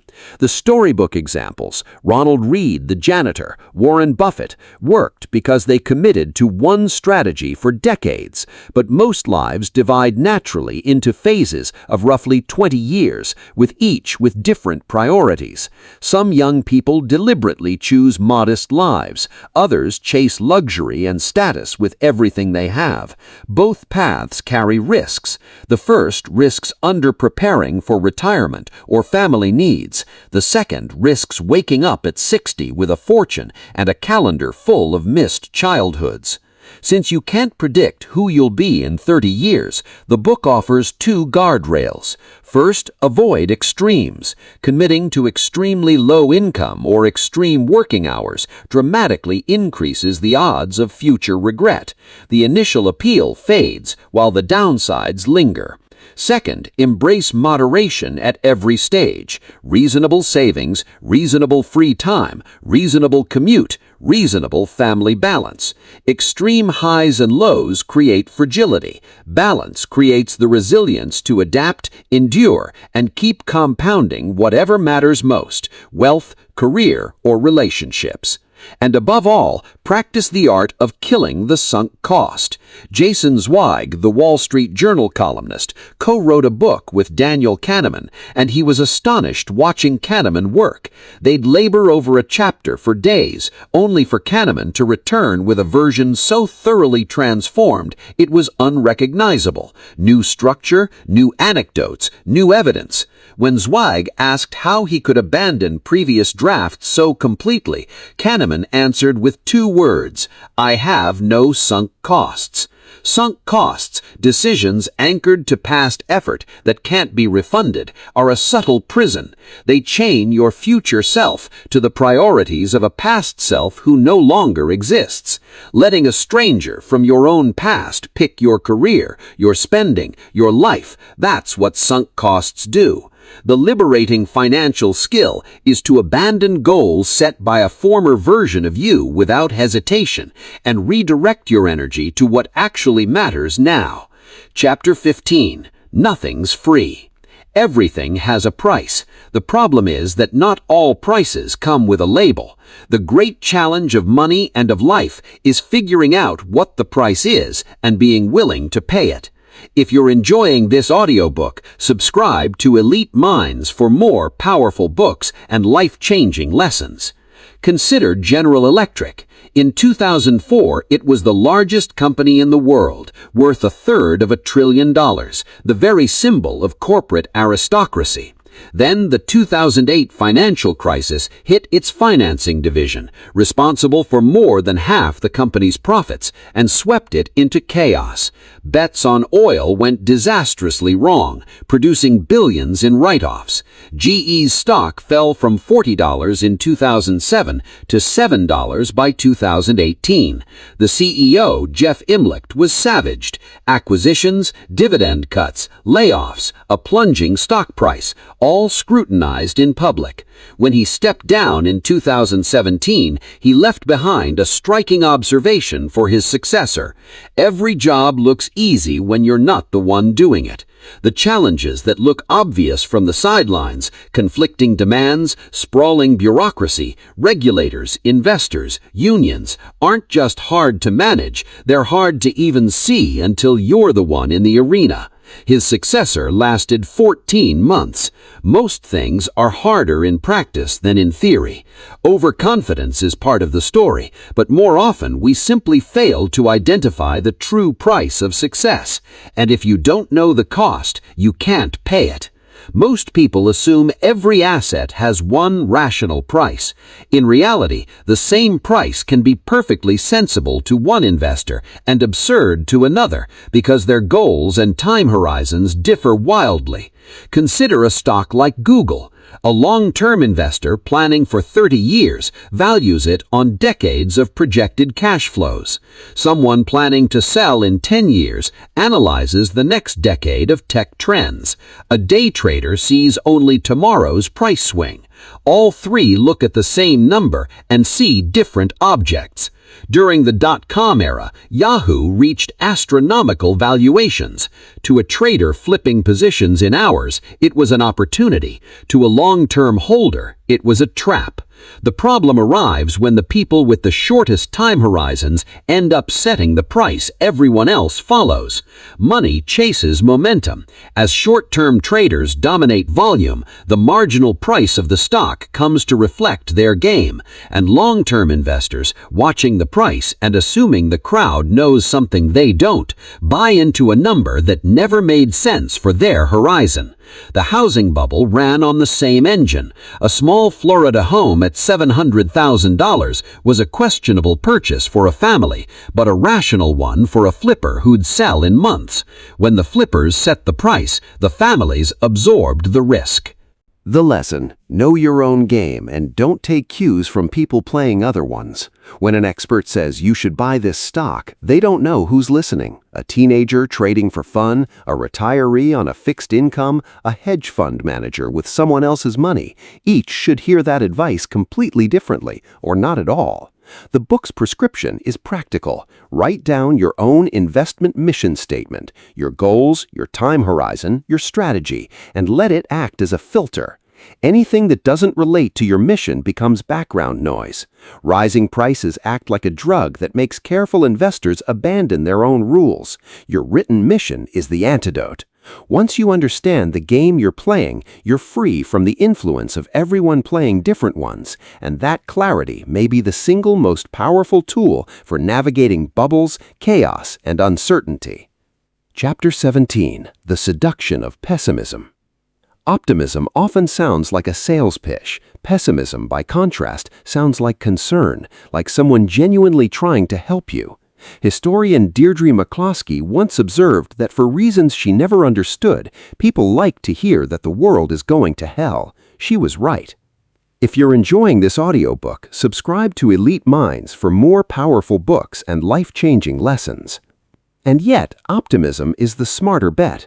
Through history, the world has tended to get better for most people most of the time, but pessimism holds a special place in the human heart. It sounds more thoughtful, more intelligent, even noble. Optimism reads as naive. Pessimism reads as wisdom wrapped in caution. Before diving deeper, it's worth defining what real optimism actually is. Real optimists don't believe everything will turn out perfectly. That's not optimism, that's complacency. Optimism is the belief that over time, the odds of a good outcome are in our favor, even through a constant stream of setbacks. It rests on a simple, almost boring idea. Most people wake up each morning trying to make life a little better, not worse, and that quiet, persistent effort across millions of people is what progress is made of. It's not guaranteed, it's just the most reasonable bet for most of humanity most of the time. Hans Rosling, the late statistician, put it beautifully. I am not an optimist, I am a very serious possibilist. But pessimism seduces. Consider December 29, 2008, the tail end of the worst economic year in modern history. Stock markets had collapsed, the financial system was on life support, unemployment was climbing, and the Wall Street Journal put a story on its front page claiming we hadn't seen anything. A Russian professor named Igor Panarin predicted that by the mid-2010s, the United States would splinter into 6 nations, Alaska returning to Russia, California joining China, Texas part of Mexico, Washington, D.C. aligned with Europe, Hawaii a protectorate of Japan or China. This wasn't buried on a conspiracy blog. It was printed on the front page of one of the most respected financial newspapers in the world. It didn't happen, but the point isn't that the prediction was wrong, it's how eagerly people received it. Doomsday forecasts get taken seriously. Optimism gets dismissed as delusion. Imagine the reverse. In the brutal winter of 1946, Japan lay in ruins, its economy shattered, its cities destroyed, rations below 800 calories a person. Suppose a professor had written then, within our lifetime, our economy will grow 15-fold, life expectancy will nearly double, our stock market will soar higher than almost any in history, Americans will come to us for economic wisdom. He would have been laughed out of the room, and yet every word of it came true. Japan rose from ashes to become one of the most prosperous nations on earth, while the optimistic prediction was ignored precisely because optimism sounds naive. If you're enjoying this audiobook, subscribe to Elite Minds for more powerful books and life-changing lessons. There are concrete reasons pessimism grips us so easily, and understanding them is part of financial maturity. First, evolution wired us that way. Daniel Kahneman's work on loss aversion shows that losses loom larger than gains. Organisms that treat threats as more urgent than opportunities survive longer. That instinct kept our ancestors alive on the savannah. In the modern world, the same instinct makes headlines about crashes feel more real than decades of quiet progress. Second, money touches everyone, and financial problems feel universal. A market crash doesn't threaten one region, it feels like a storm over every doorstep. In 1929, only a small fraction of Americans owned stocks, but when prices collapsed, the whole nation watched in disbelief, and panic spending stopped anyway. Historian Eric Rauchway wrote that the decline immediately afflicted only a few Americans, but so closely had the others watched the market that they suddenly stopped much of their economic activity. The economy runs on story as much as substance, and bad stories are the most contagious kind. If you're enjoying this audiobook, subscribe to Elite Minds for more powerful books and life-changing lessons. Third, and this is the sneakiest, pessimism usually assumes the future will look exactly like today, only worse.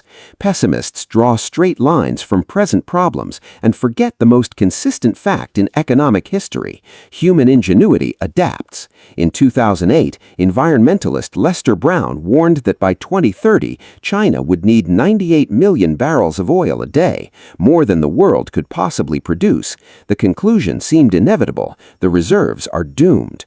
What Brown and every straight-line pessimist missed is the iron law of economics. Extremes don't last. High prices change behavior.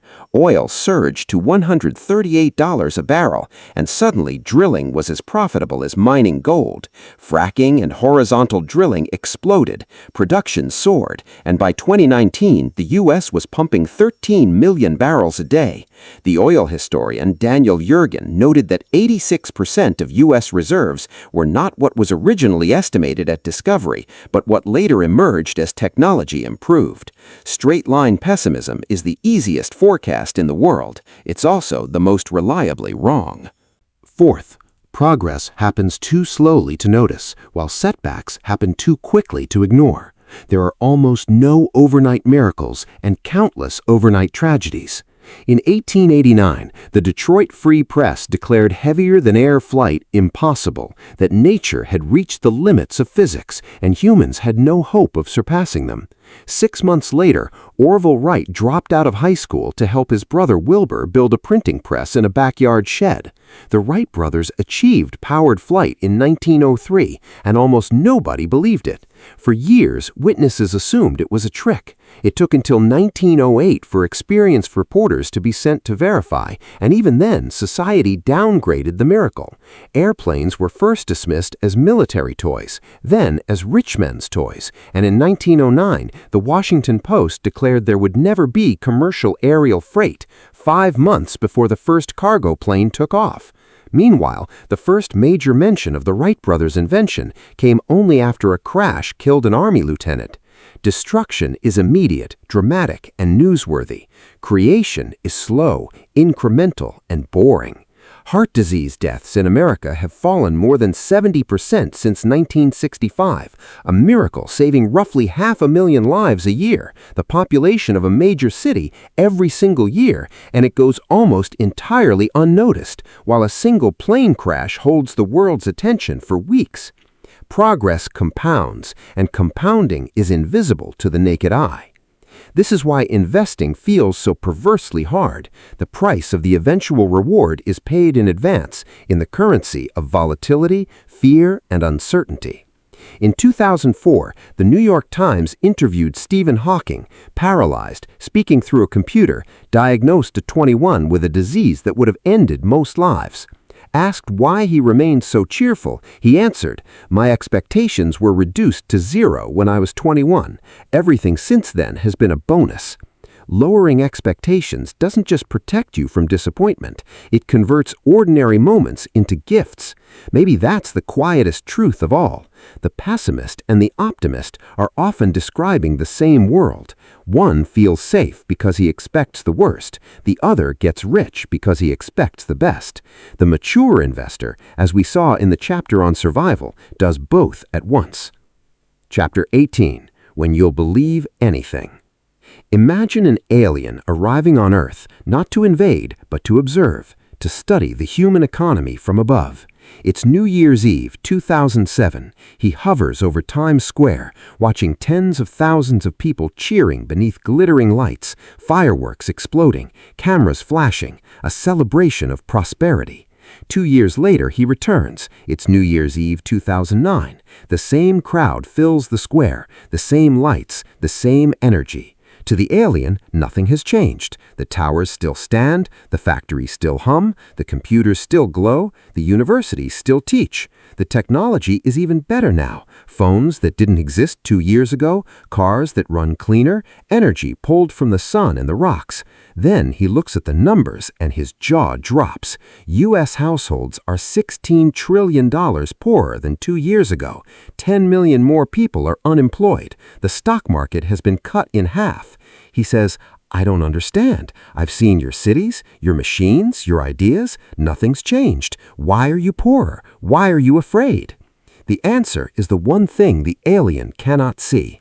Between 2007 and 2009, nothing physical changed, only the story. In 2007, humans believed a story about stability. Home prices would always rise, bankers were prudent, markets could measure risk with precision. In 2009, that story broke, and when the story changed, everything else followed. Mortgages defaulted, banks lost money, credit tightened, businesses stopped hiring, layoffs bred fear, fear bred less spending, and less spending bred more layoffs. The factories were identical, the story was not, and a change in story alone triggered the worst economic downturn in 80 years.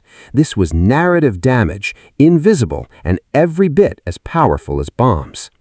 This is the deep subject of this chapter. Economies run on belief, and belief is built from stories, which brings us to the strangest law of human nature.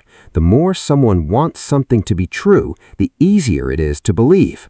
A woman past 100 asked about the happiest day of her life, answered, Armistice Day, the day World War I ended. Why that day? Because we knew there would be no more wars ever again. 21 years later, the world was at war again, and 75 million people were dead. She believed it because she needed it to be true. These are what the book calls appealing fictions, comforting stories we adopt when reality feels too uncertain to face. They're strongest when people are smart, desperate for solutions, and trapped in situations where control is limited, but the stakes are impossibly high. A father in a small Yemeni village, watching his son die of illness with no access to medicine, agreed to pierce his chest with a burning stick, the elder's remedy. He explained himself to a journalist in one devastating sentence: "When you have no money and your son is sick, you'll believe anything." Before modern medicine, people bled themselves, starved themselves, and cut holes in their own bodies, not out of ignorance, but out of hope. During the Great Plague of London, 1 in 4 people died, and the streets were plastered with promises of infallible pills, astrology, and prophecy. When survival hangs in the balance, logic bends. Now transfer that psychology from medicine to money, because the financial world is the perfect breeding ground for appealing fictions. Every investor faces limited control and high stakes. Why do millions listen to confident TV pundits whose predictions almost never come true? Because in investing, even a 1% chance of life-changing success feels worth believing in. When the reward is freedom, wealth, membership in the winner's circle, reason takes a back seat to desire. And once you commit to an idea, belief hardens into identity. Over a 10-year period ending in 2018, 85% of active mutual funds failed to beat the market, and yet trillions of dollars stayed invested in them. Why? Because every holder hopes theirs is the exception, the next Warren Buffett. Hope, not math, writes the checks, and a good story is the most persuasive sales pitch ever devised. Bernie Madoff's funds showed steady returns and zero volatility. Too good to be true, and it was. But his story was so convincing that the most sophisticated investors in the world handed him their money because they wanted it to be real. This is why the discipline of room for error isn't just smart finance, it's emotional protection. It shields you from believing too deeply in the stories you wish were true. It's what lets you say, "I don't know," in a world where certainty is rewarded, and to keep a portion of your life uncommitted to any narrative.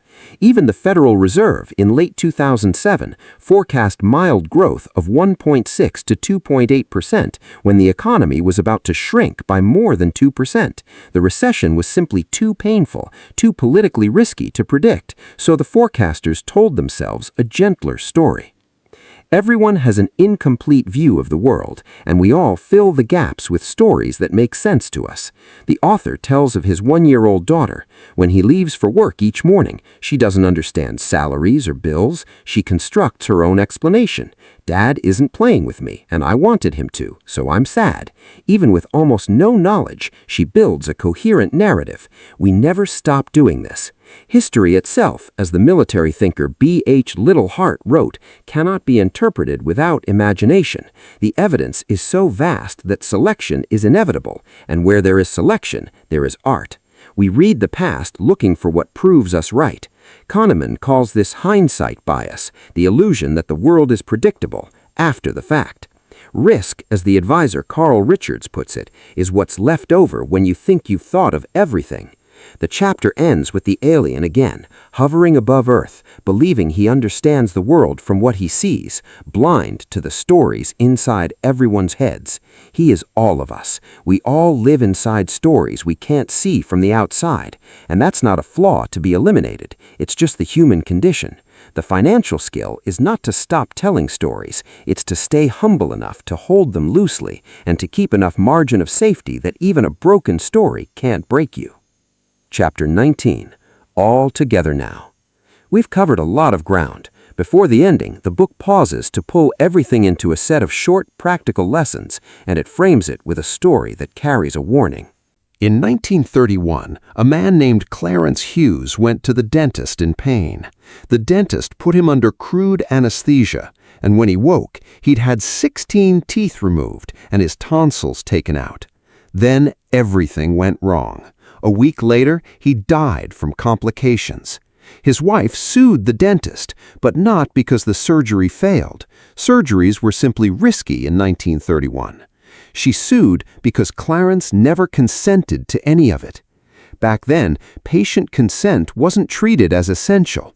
One court summed up the prevailing attitude: without such a system, we could not enjoy the advancement of science. Medicine once operated on two beliefs: every patient wants to be cured, and there's one universal right way to cure them. If you hold both beliefs, skipping consent makes sense. But over the last 50 years, medicine shifted from treating disease to treating patients, laying out the options and letting the patient choose. The deeper reason was articulated by a scholar of medical ethics. It is dangerous nonsense to assert that physicians can rely on their benevolent intentions. The interactions between doctors and patients are complex. If you're enjoying this audiobook, subscribe to Elite Minds for more powerful books and life-changing lessons. What profession works exactly the same way? Financial advice. Nobody can tell you what to do with your money because nobody knows you, your timeline, your values, or your fears. The only honest promise is knowledge, what tends to work for people like you. Universal truths can guide you, but the path you choose must be personal. With that said, here are the book's 14 practical takeaways, condensed. 1. Find humility and compassion. When things go right, be humble. When they go wrong, be forgiving, because luck and risk are real, hidden, and everywhere. 2. Less ego, more wealth. Savings is the gap between your ego and your income. Wealth is what you don't see. 3. Sleep well at night. The universal test of any financial decision. Does this help me sleep? 4. Increase your time horizon. Time magnifies small wins and shrinks big mistakes. 5. Embrace being wrong. You can be wrong half the time and still win. The few great outcomes carry the portfolio. 6. Use money to gain control over your time. It's the highest dividend money pays. 7. Be kind and humble. Respect comes from character, not possessions. 8. Save even without a reason. Unplanned savings hedge against life's surprises. 9. Define and pay the cost of success. Uncertainty, doubt, and regret are fees, not fines. 10. Worship room for error. Endurance is what compounds. 11. Avoid extremes. Today's extreme choices become tomorrow's regrets. 12. Like risk, but avoid ruin. Risk pays over time. Ruin ends the game. 13. Define your game and don't let players of other games set your price. 14. Respect the mess. Smart, reasonable people disagree, and the only right answer is the one that works for you.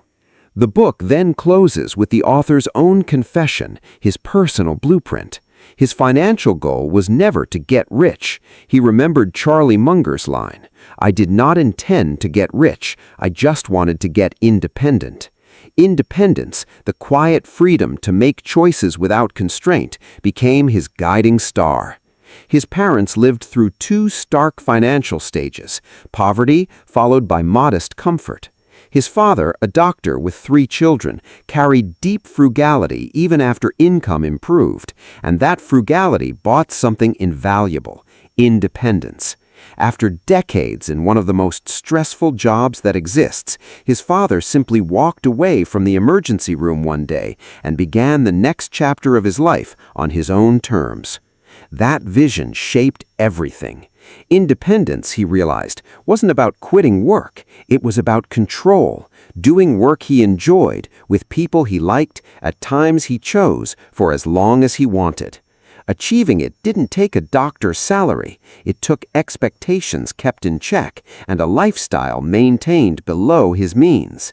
He and his wife met in college, moved in together, took modest jobs, and lived a deliberately moderate life. A decent apartment, a decent car, decent clothes, decent food, nothing extravagant. As income rose over the years, the lifestyle barely moved. Every extra dollar flowed into savings, an independence fund. They froze the goalposts of desire early in life. They lived well below their means without ever feeling deprived because most of their pleasures cost little: walks, books, podcasts, time with each other. That restraint brought a second gift: freedom from the exhausting pressure of social comparison. As Nassim Taleb put it, true success is exiting some rat race to modulate one's activities for peace of mind. Their choices sometimes looked irrational on paper, and they didn't care. They owned their home outright, even when mortgage rates were absurdly low. Rational advisors would have told them to leverage up and invest the difference, but they weren't seeking cold, calculated rationality. They were seeking psychological comfort. The peace of owing nothing outweighed the theoretical returns. They kept around 20% of their assets in cash, again, not rational by conventional advice, but essential to their sense of security. Cash was oxygen, the buffer that ensured they'd never be forced to sell stocks at a bad moment, allowing compounding to run uninterrupted. They weren't saving for a car, a boat, or a dream vacation. They were saving for life's curveballs. By maintaining liquidity, they reduced the probability of forced sales and increased the odds that their investments could compound for decades. That's his confession, and it's a fitting end to the book. Independence, discipline, and a calm approach to money, not the pursuit of riches or status, but the quiet certainty that whatever comes next, he and his family can navigate it on their own terms. One final thread to pull from the book's later chapters, because the psychology of money also operates at the level of nations. After 2008, the world shed debt and central banks slashed interest rates. Household debt payments dropped to 35-year lows. But the emergency response also reinforced the very trends that caused the crisis. Quantitative easing boosted asset prices, and the biggest beneficiaries were those who already owned assets, the wealthy. Backstops for corporate debt and tax cuts favored higher earners. Their children attended the best colleges, earned higher incomes, owned the assets the Fed supported, and the cycle repeated. None of this is inherently evil, which is why it persists, but the economy no longer works the same for everyone. Success isn't as meritocratic as it once seemed, and when it comes, it's rewarded more generously than in past eras. The post-war expectation of a broad middle class began to fade, yet the idea lingered like a pleasant echo from a simpler time. Frustration at that mismatch found expression in movements across the political spectrum: Tea Party, Occupy Wall Street, Brexit, and more. Different causes, different cries, but a common refrain: stop the ride, I want off. Social media added gasoline to the fire. The internet exposes people to other points of view, and this interaction makes people angrier that different views exist. Yet the author remains, in the end, an optimist, or rather, a serious possibilist. Unemployment fell to generational lows. Wages for low-income workers grew faster than wages for the rich. College costs, when grants are counted, largely stabilized. Healthcare, communication, transportation, civil rights, progress marches on, mostly unnoticed because it's slow, while setbacks blaze across the headlines because they're fast. The deeper truth: expectations move slower than reality, and that's usually how history unfolds: frustration, misalignment, and yearning leading to events that reshape the world. History, as the saying goes, is just one damned thing after another. And that brings us to the end of our journey through the psychology of money. If you take only one thing from this whole summary, let it be this: money is not a math problem, it's a behavior problem. The formulas are easy, the discipline is hard. Wealth doesn't come from brilliance, luck, or timing alone. It comes from patience, humility, frugality, and the willingness to think about money the way you think about your health, as something you manage every day in quiet, boring, repeatable ways for decades. The world's richest investor made 96% of his fortune after his 65th birthday. A janitor quietly amassed $8 million. A genius skipped gold coins across the ocean and went broke. The difference was never IQ, and it was never luck. It was behavior. Master your behavior, and you've mastered the psychology of money. Remember the 14 lessons. Have humility and compassion for the role of luck. Shrink your ego and grow your savings. Prioritize sleep and long time horizons. Embrace being wrong. Buy control over your time. Be kind. Save without needing a reason. Pay the fee of volatility willingly. Worship room for error. Avoid extremes. Take risk but never ruin. Define your own game and respect that every smart, reasonable person plays by their own rules. Your financial life is not a spreadsheet. It's a story, and you're the one writing it. Make it a story you'd be proud to live. If you enjoyed this video, don't forget to subscribe to our channel for more powerful book summaries and ideas.